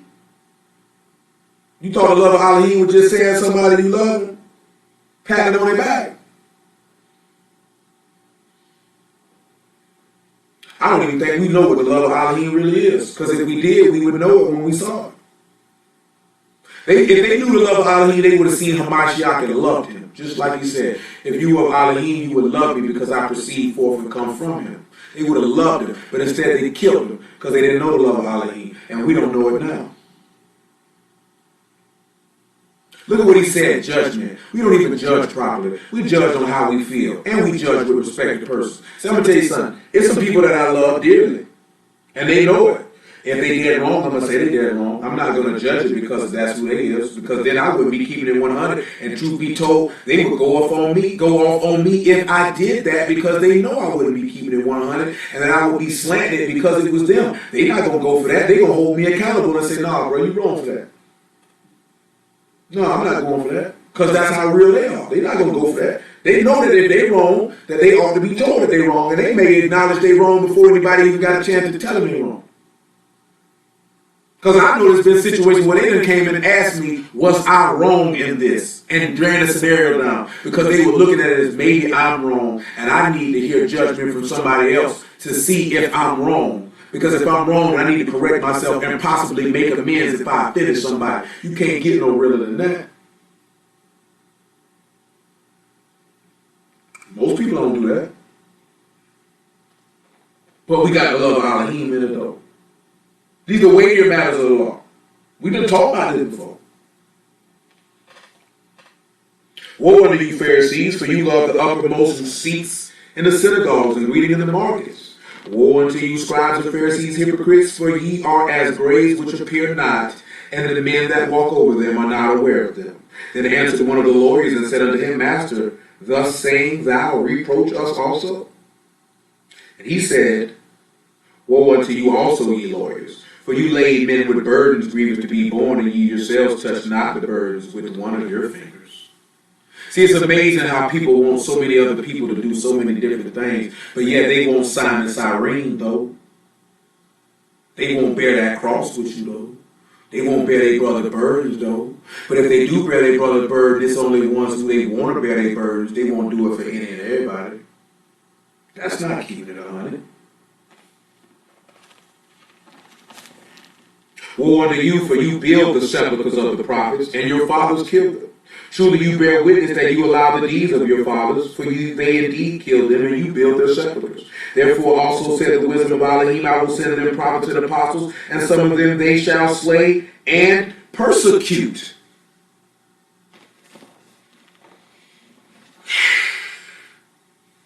Who is he talking to? In the book of Luke, it said, O Jerusalem, which stoneth and killeth those who were sent unto thee.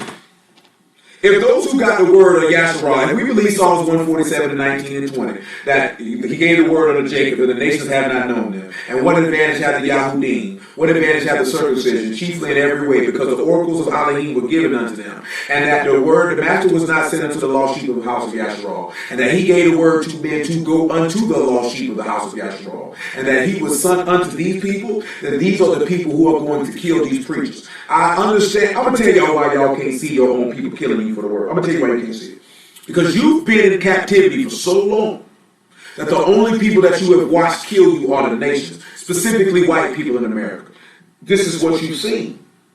So therefore, this is the only thing that you're going to relate to, and understandable.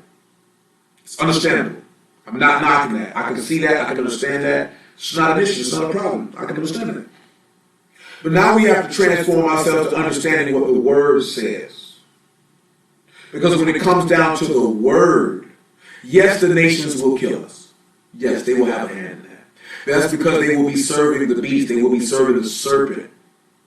And we'll be speaking out against that. It will kind of frustrate what they got going on. So they're going to want to kind of kill you for that. But before that happens, there have to be men who are testifying against the children of Yahshua with the word. And the people will hear that and they will kill them for it. Your people have always killed the prophets. And when it get real, and if Yahuwah see fit to raise up men to put a fresh word of prophecy in their mouth, I'm not talking about saying what's written in this book.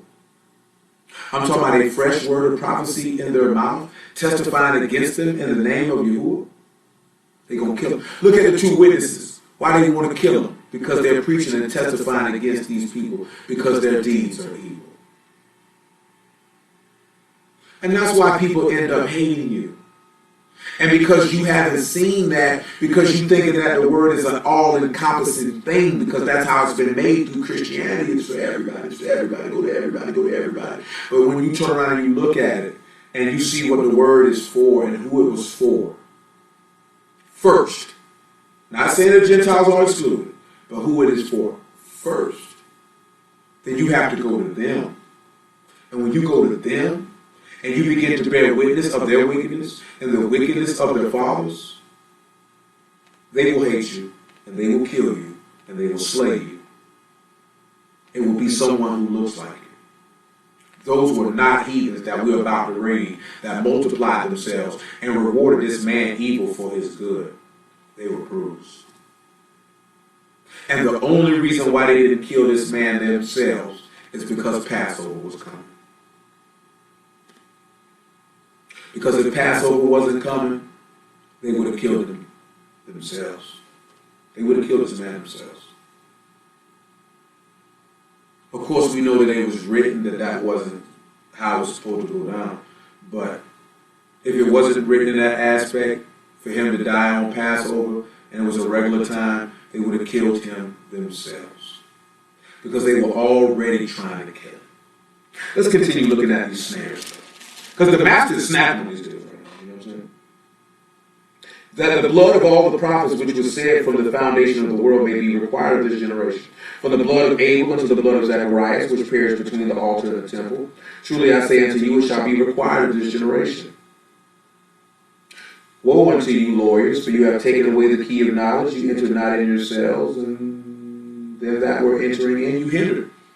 And as he said these things unto them, the scribes and the Pharisees began to urge him vehemently and to provoke him to speak of many things, laying wait for him and seeking to catch something out of his mouth that they might accuse him.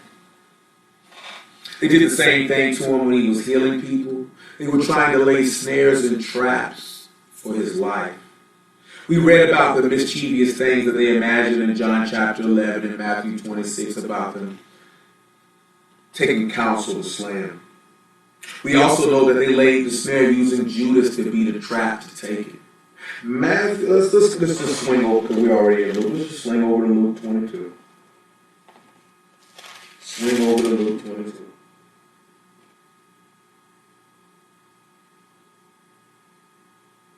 And verse 50. 47 is better. I know we got, I never got back to John chapter 5. I'm going to swing around it in a minute. I'm going to pretty much stop in a moment, but I'm going to hit Proverbs 29 and 10, though. And maybe one verse out of Psalms 37. And we'll keep 35 and 36 on deck for tomorrow. We're willing to be alive. Luke 22 and 47. And while he yet spake, behold, the multitude, and he that was called Judas, one of the 12, went before them and drew near unto Yahushua to kiss him. But Yahushua said unto Judas, Betray thou the Son of Man with a kiss?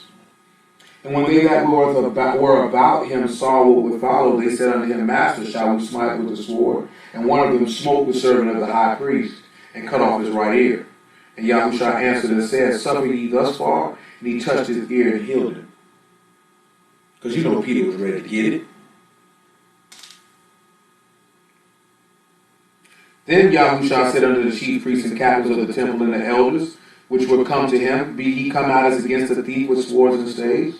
When I was daily with you in the temples, you stretched forth no hands against me, but this is your hour and the power of darkness. And they took him and led him and brought him into the high priest's house, and Peter followed afar off. You know, he sat back and stated to them.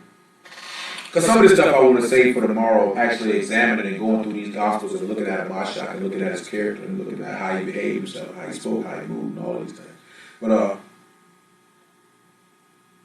they came with a small army. They came with a troop to come get him. They multiplied themselves that they strongly hated this man.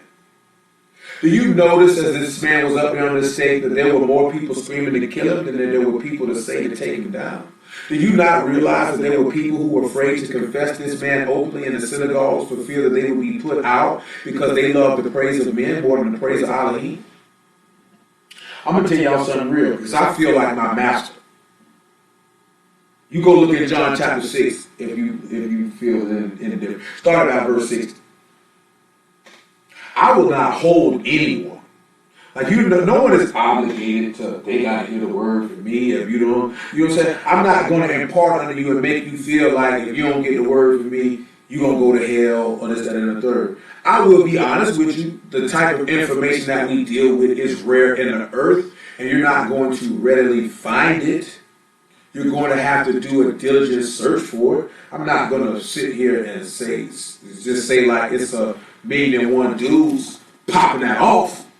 You know what I'm saying? I'm not going to say that, but I've never held anybody or forced anybody that, oh, you got to get in front of me. And you can do as you please.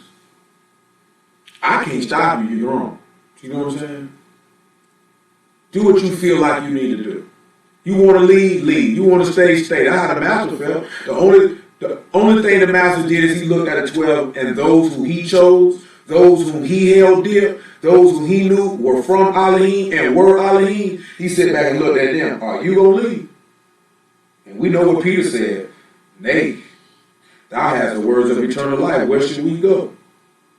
Because they understood and knew he was from Alahym and what he had. They were like, shoot, that's them things. I ain't going nowhere. You notice, and we'll look at it actually, you notice he didn't ask those people to come back. He didn't even say anything to them. He didn't care.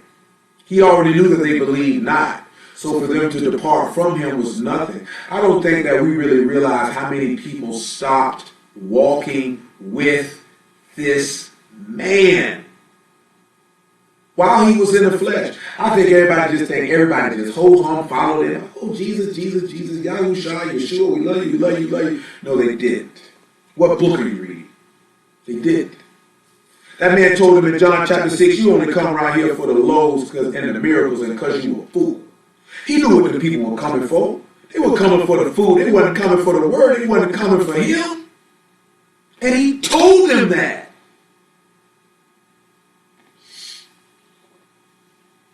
But that man was walking around here feeding 5,000-6,000 people with a couple of fish and a couple of loaves of bread. A lot of these niggas that be following because you know niggas love free stuff. You know niggas love free bitch. You know what I'm saying? You know that. You know a nigga ain't turning down no free food. And niggas will be following him around just like they did then, looking at for what they could get from him. Not because of who he was and because of the love for him. Let's be real and let's not fool ourselves. Let's not lie to ourselves and convince ourselves of something that's not true. Let's not do that. Let's not lie to ourselves and act like we love this man and we know we don't. Let's not act like all these people love this man and follow behind this man. This man was despised and rejected. You better read Isaiah 53. You better go read it. You better understand it. You better go read Lamentations chapter 3. You better understand it.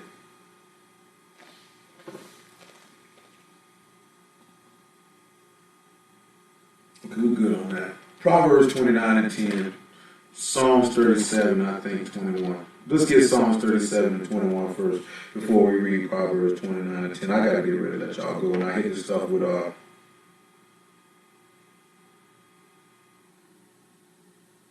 this crown.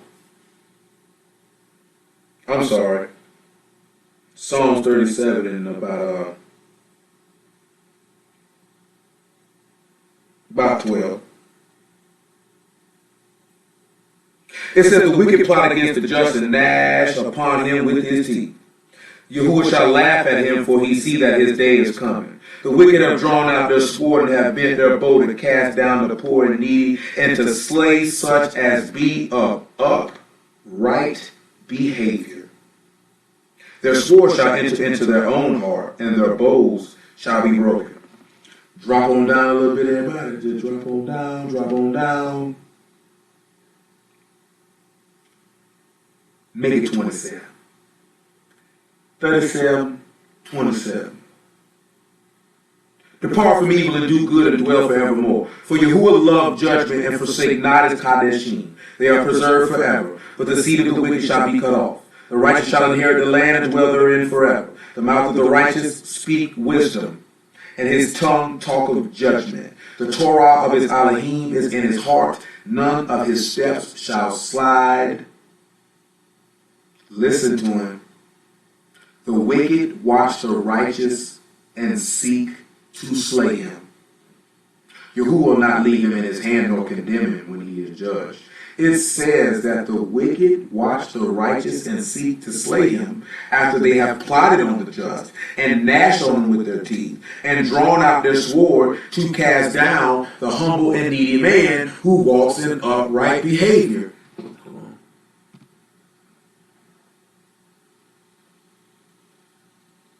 That's right, Brother Burson. I'm trying to tell you. Proverbs 29 and 10. I'm telling you now. Listen to him. The bloodthirsty hate the upright, but the just seek his soul. Abel was hated by his brother Cain. That's why he killed him. He was thirsty for blood. Esau hated Jacob. He was a just man, Jacob was. He was thirsty for blood. Let's sit back and see how these people were thirsty for the master's blood and plotted on the man and gnashed on him with their teeth and sought to slay the righteous. I mean, we just read it. Just talked about it on Wednesday. But let's see how thirsty they were for his blood in Matthew chapter 27. These Yahudym people, these Jews, these Hebrews want blood. Want blood. 27 and 21. The governor answered and said unto them, Whither they twain will ye that I release unto you? They said, Barabbas.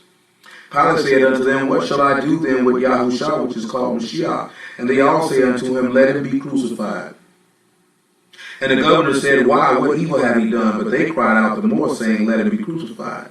And when Pilate saw that he could prevail nothing, but rather atonement was made, he took water and washed his hands before the multitude, saying, I'm innocent of the blood of this just person. See ye to it. Then answered all the people and said, His blood be on us and on our children. You know that 2 Corinthians 12 and 15, don't worry about that. You know what? That's what I'm going to do for Wednesday. That the more that I be loved, the less I'll be loved. We'll get that to the whole world. We'll deal with that on Wednesday. I know everybody don't be on Wednesday because, you know, every stuff we got going on in the middle of the week. But, yeah, I'm going to say that for Wednesday. Because we're going to roll with this particular topic. And then we're going to really construct it and be very, very in-depth with it. So, when you see that the bloodthirsty seek the just and they seek to slay the righteous, we kind of already touched on this stuff a little bit already. You know, especially on Wednesday. You know, we sit back and we look at the scribes plotted and took counsel together to slay the man. They were plotting on the just. They were thirsty for his blood. They wanted nothing more to kill him. They wanted nothing more to slay him. They were laying snares and traps for this man on every corner to take him down so they could kill him. That's why the master said, I spoke these things that you don't be offended, because they seek to kill me. They will kill you also. I want you to read, let's go to Luke chapter 10. And then after that, 1 Chronicles chapter 20 and verse 2, Psalms 21, Revelation 14 and 1 Timothy chapter 4.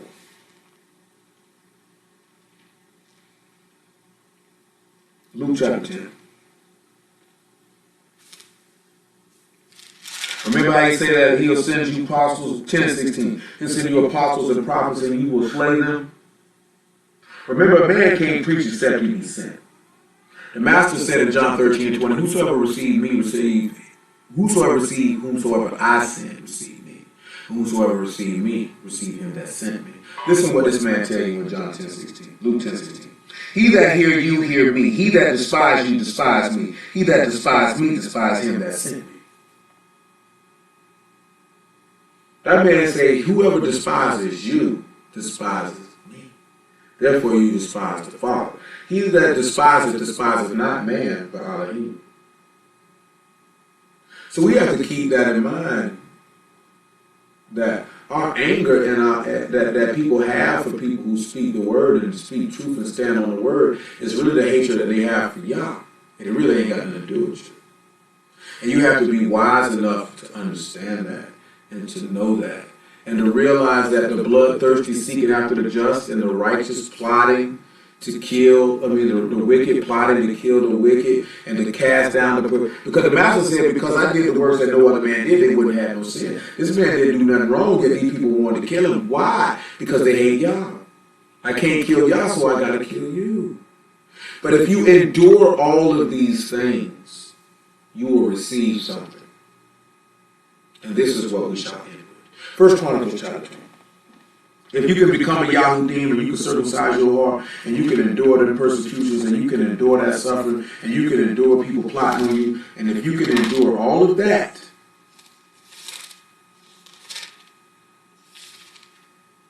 you can receive something. First Chronicles 20:1.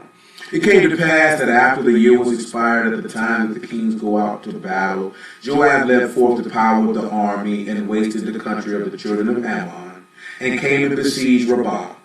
And David tarried at Jerusalem, and Joab smote Rabbah and destroyed it. And David took the crown off their king from off his head, and found it away a talent of gold, and there were precious stones in it, and it was set upon David's head. And he brought also exceeding much spoil out of the city.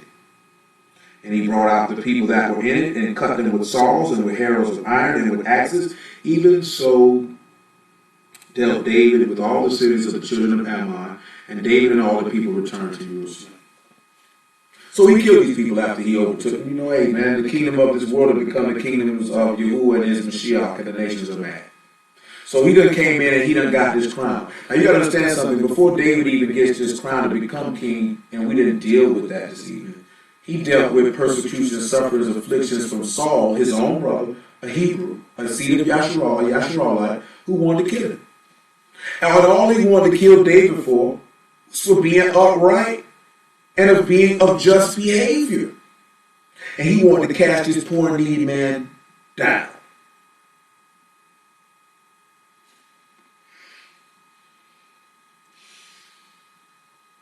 It's amazing. It's amazing. It is amazing. It is amazing. How we just overlook that this whole book is speaking of the sufferings of Mashiach, and then we think that that's not going to happen to us. Psalm 21:1.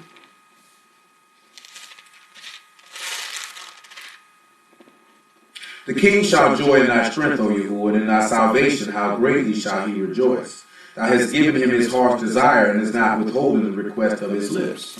You know, that's John 17. His request is that we dwell in him and he dwell in us, and that we could be made perfect in one like he perfect with the Father, because then we would know the Father then.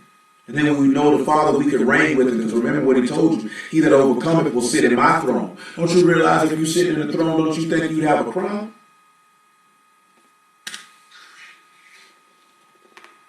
For thou prevent him with the blessings of goodness, thou set a crown of pure gold on his head.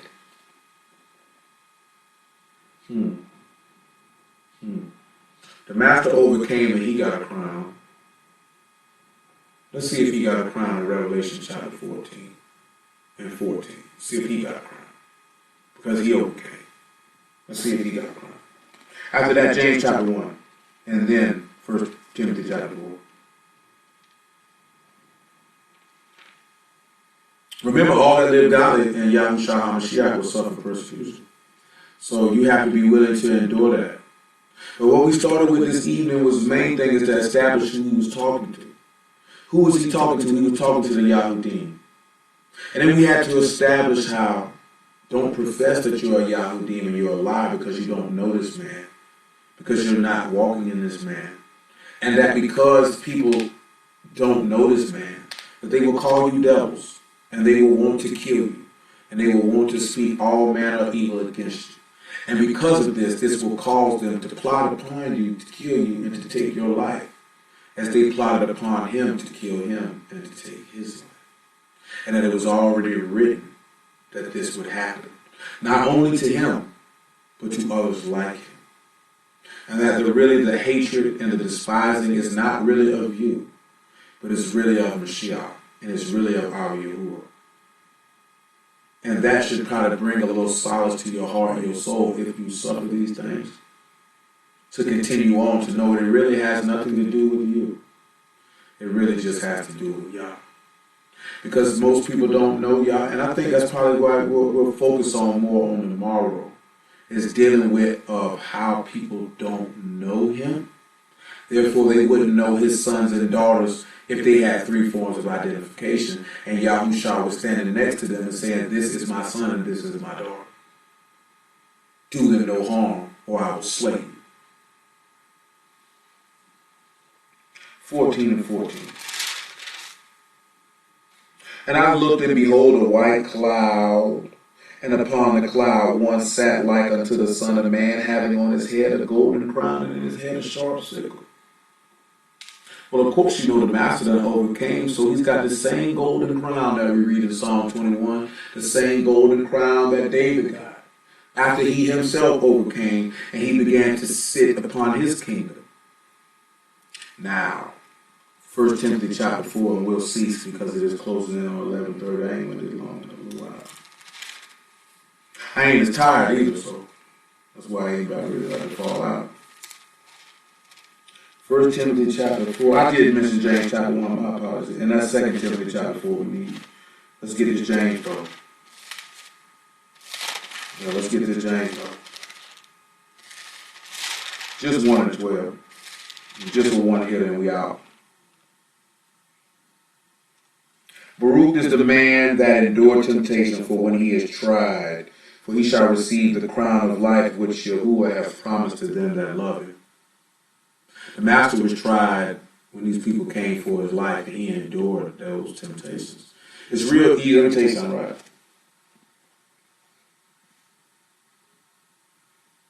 Let me rephrase this. If somebody came to kill me for the word, I more than likely I'm going to let them. I will resist the temptation to fight back and save my own life. But certain people, though, if someone came to try to do them physical harm, I will kill them with no hesitation. If he allows me to do so, they're dead. Won't even think twice about it. You know what I'm saying? Won't even think twice about it. I'll defend the lives of all my people, but there are certain people that you will not touch. You know what I'm saying?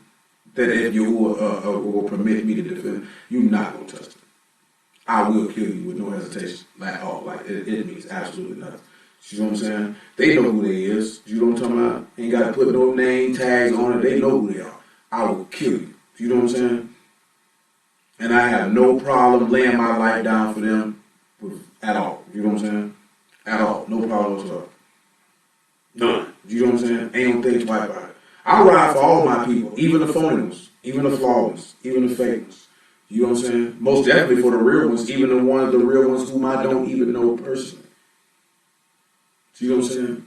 Because anybody that follows my Alahym and serves my King and Ruach and the truth is good with me. You know what I'm talking about? But I'm not even really talking to y'all. Let that be known. There are certain people, if you come fooling with them, I'm going to kill you. You know what I'm saying? Bottom line. You know what I'm saying? Period. I'm going to kill you. You know what I'm talking about? And it goes down, and you try to take their life, I'm going to put your brains on the concrete, and I'm going to send you back to your maker and the dust from which you came. That ain't me. I ain't no killer. I ain't no gangster. I ain't got nothing to do with nothing, but you not finna fool with them if you will permit for me to be able to spare their life. You not finna touch them. That's not going down. That's not happening. You know what I'm saying? Take it how you want to take it. People feel how they want to feel. I say, I'm not talking directly to y'all. I'm going to let that be known. All niggas can feel how they want to feel. You're not touching them, though. You know what I'm saying? Or their children. You know what I'm talking about? 2 Timothy chapter 4.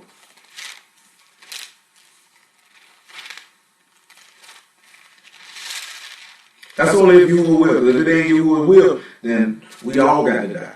You know what I'm talking about? But if I can do something about it, I'm taking them out of here. Behind them. You can believe that. 2 Timothy chapter 4, verse 1.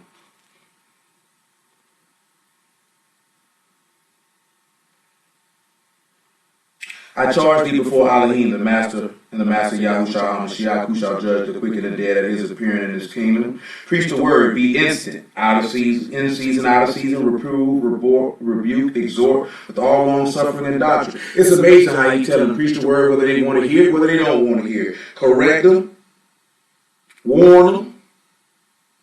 Long suffering is to take injury with patience.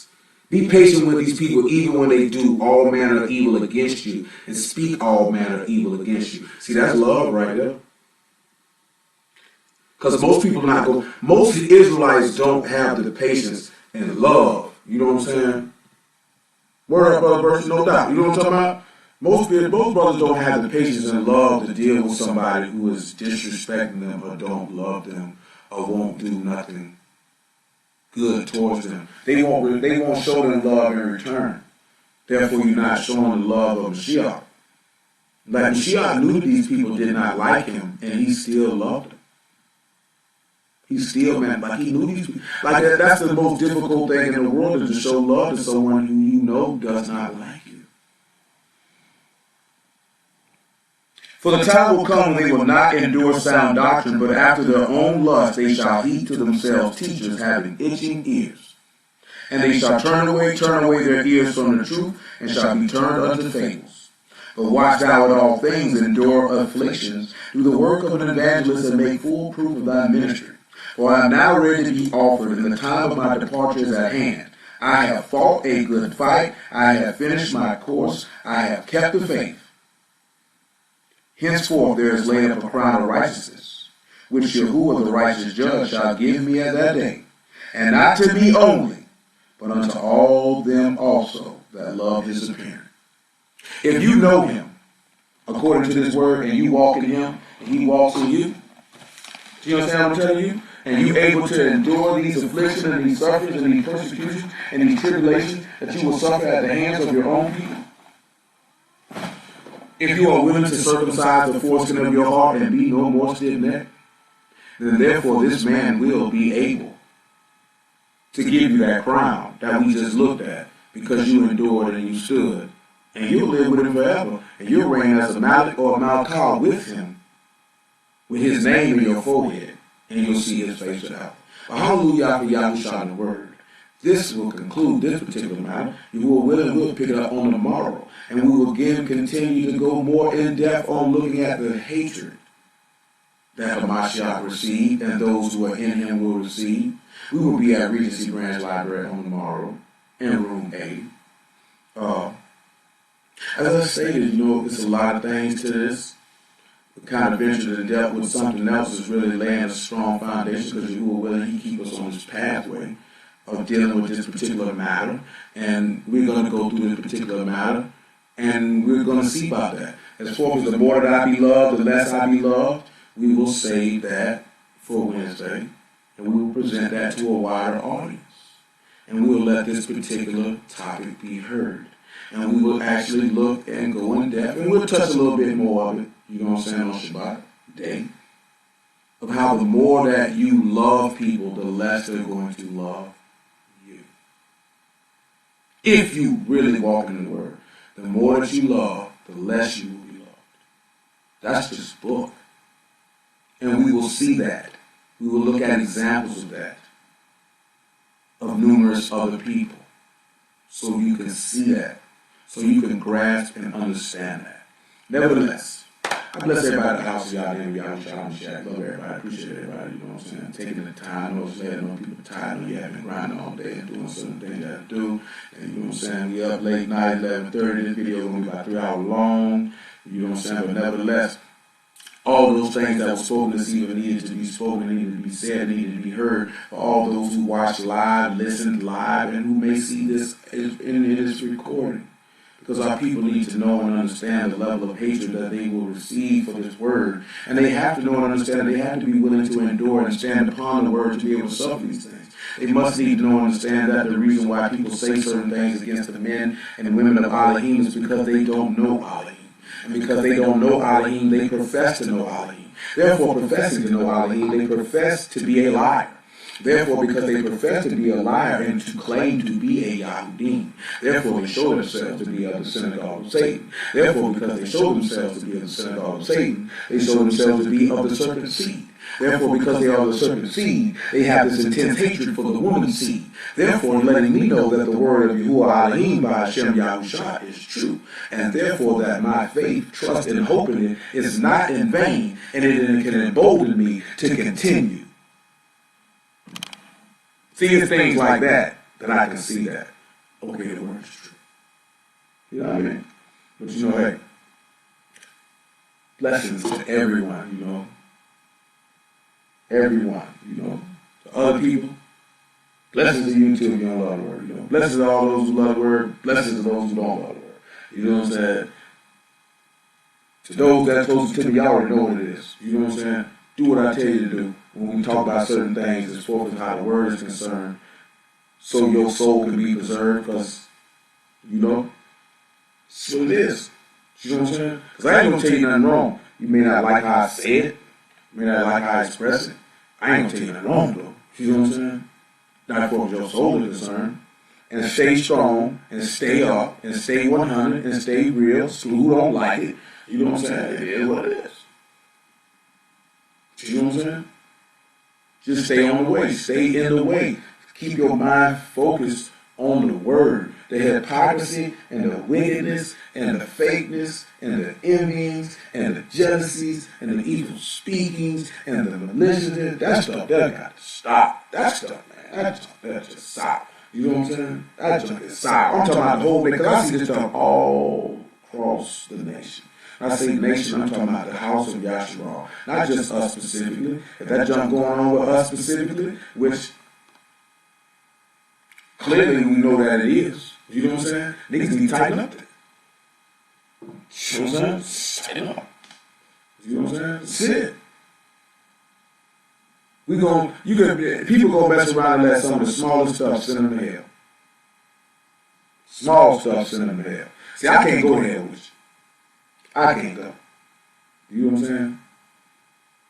I can't go. You know what I'm saying? Stay strong. If you ain't strong, you're who are willing, you can get strong. You know what I'm saying? Get your mind right. Get your soul right. Get your heart clean. Get your mind clean. You know what I'm saying? Get this word tattooed on your heart. You know what I'm saying? Get your heart circumcised. Be who you need to be.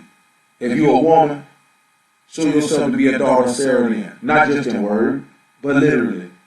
You think we look at all the women just to look at the women? Just women you need to emulate. You know what I'm saying? You see how Rachel is. Be that. You saw how Mary was. Be that. You know what I'm saying? You see how Abraham, Isaac, and Jacob is. Be that. Because if you become them, let me tell you something, right? It's like for the women. If you become Sarah and Rachel, you'll become Yahusha. Let me not forget Rebecca. Let's not forget Rebecca. My apologies. Let's not forget Rebecca. You turn around and you become, because Rebecca was a trustworthy woman of y'all, humble woman of y'all, strong woman of y'all, all day long. So you sit back, you look at Sarah, you look at Rebecca, you look at Rachel, and you become them, you'll become Yahusha, because all of them show representative characters of him, of which he emulated himself. You know what I'm saying? If you emulate Abraham, Isaac, and Jacob, you have no choice but to emulate Yahusha, because he did. And you will actually be emulating the love of Alahym and the things that pertain in the Ruach Alahym. But you know what do I know? You know what I'm saying? I don't know nothing.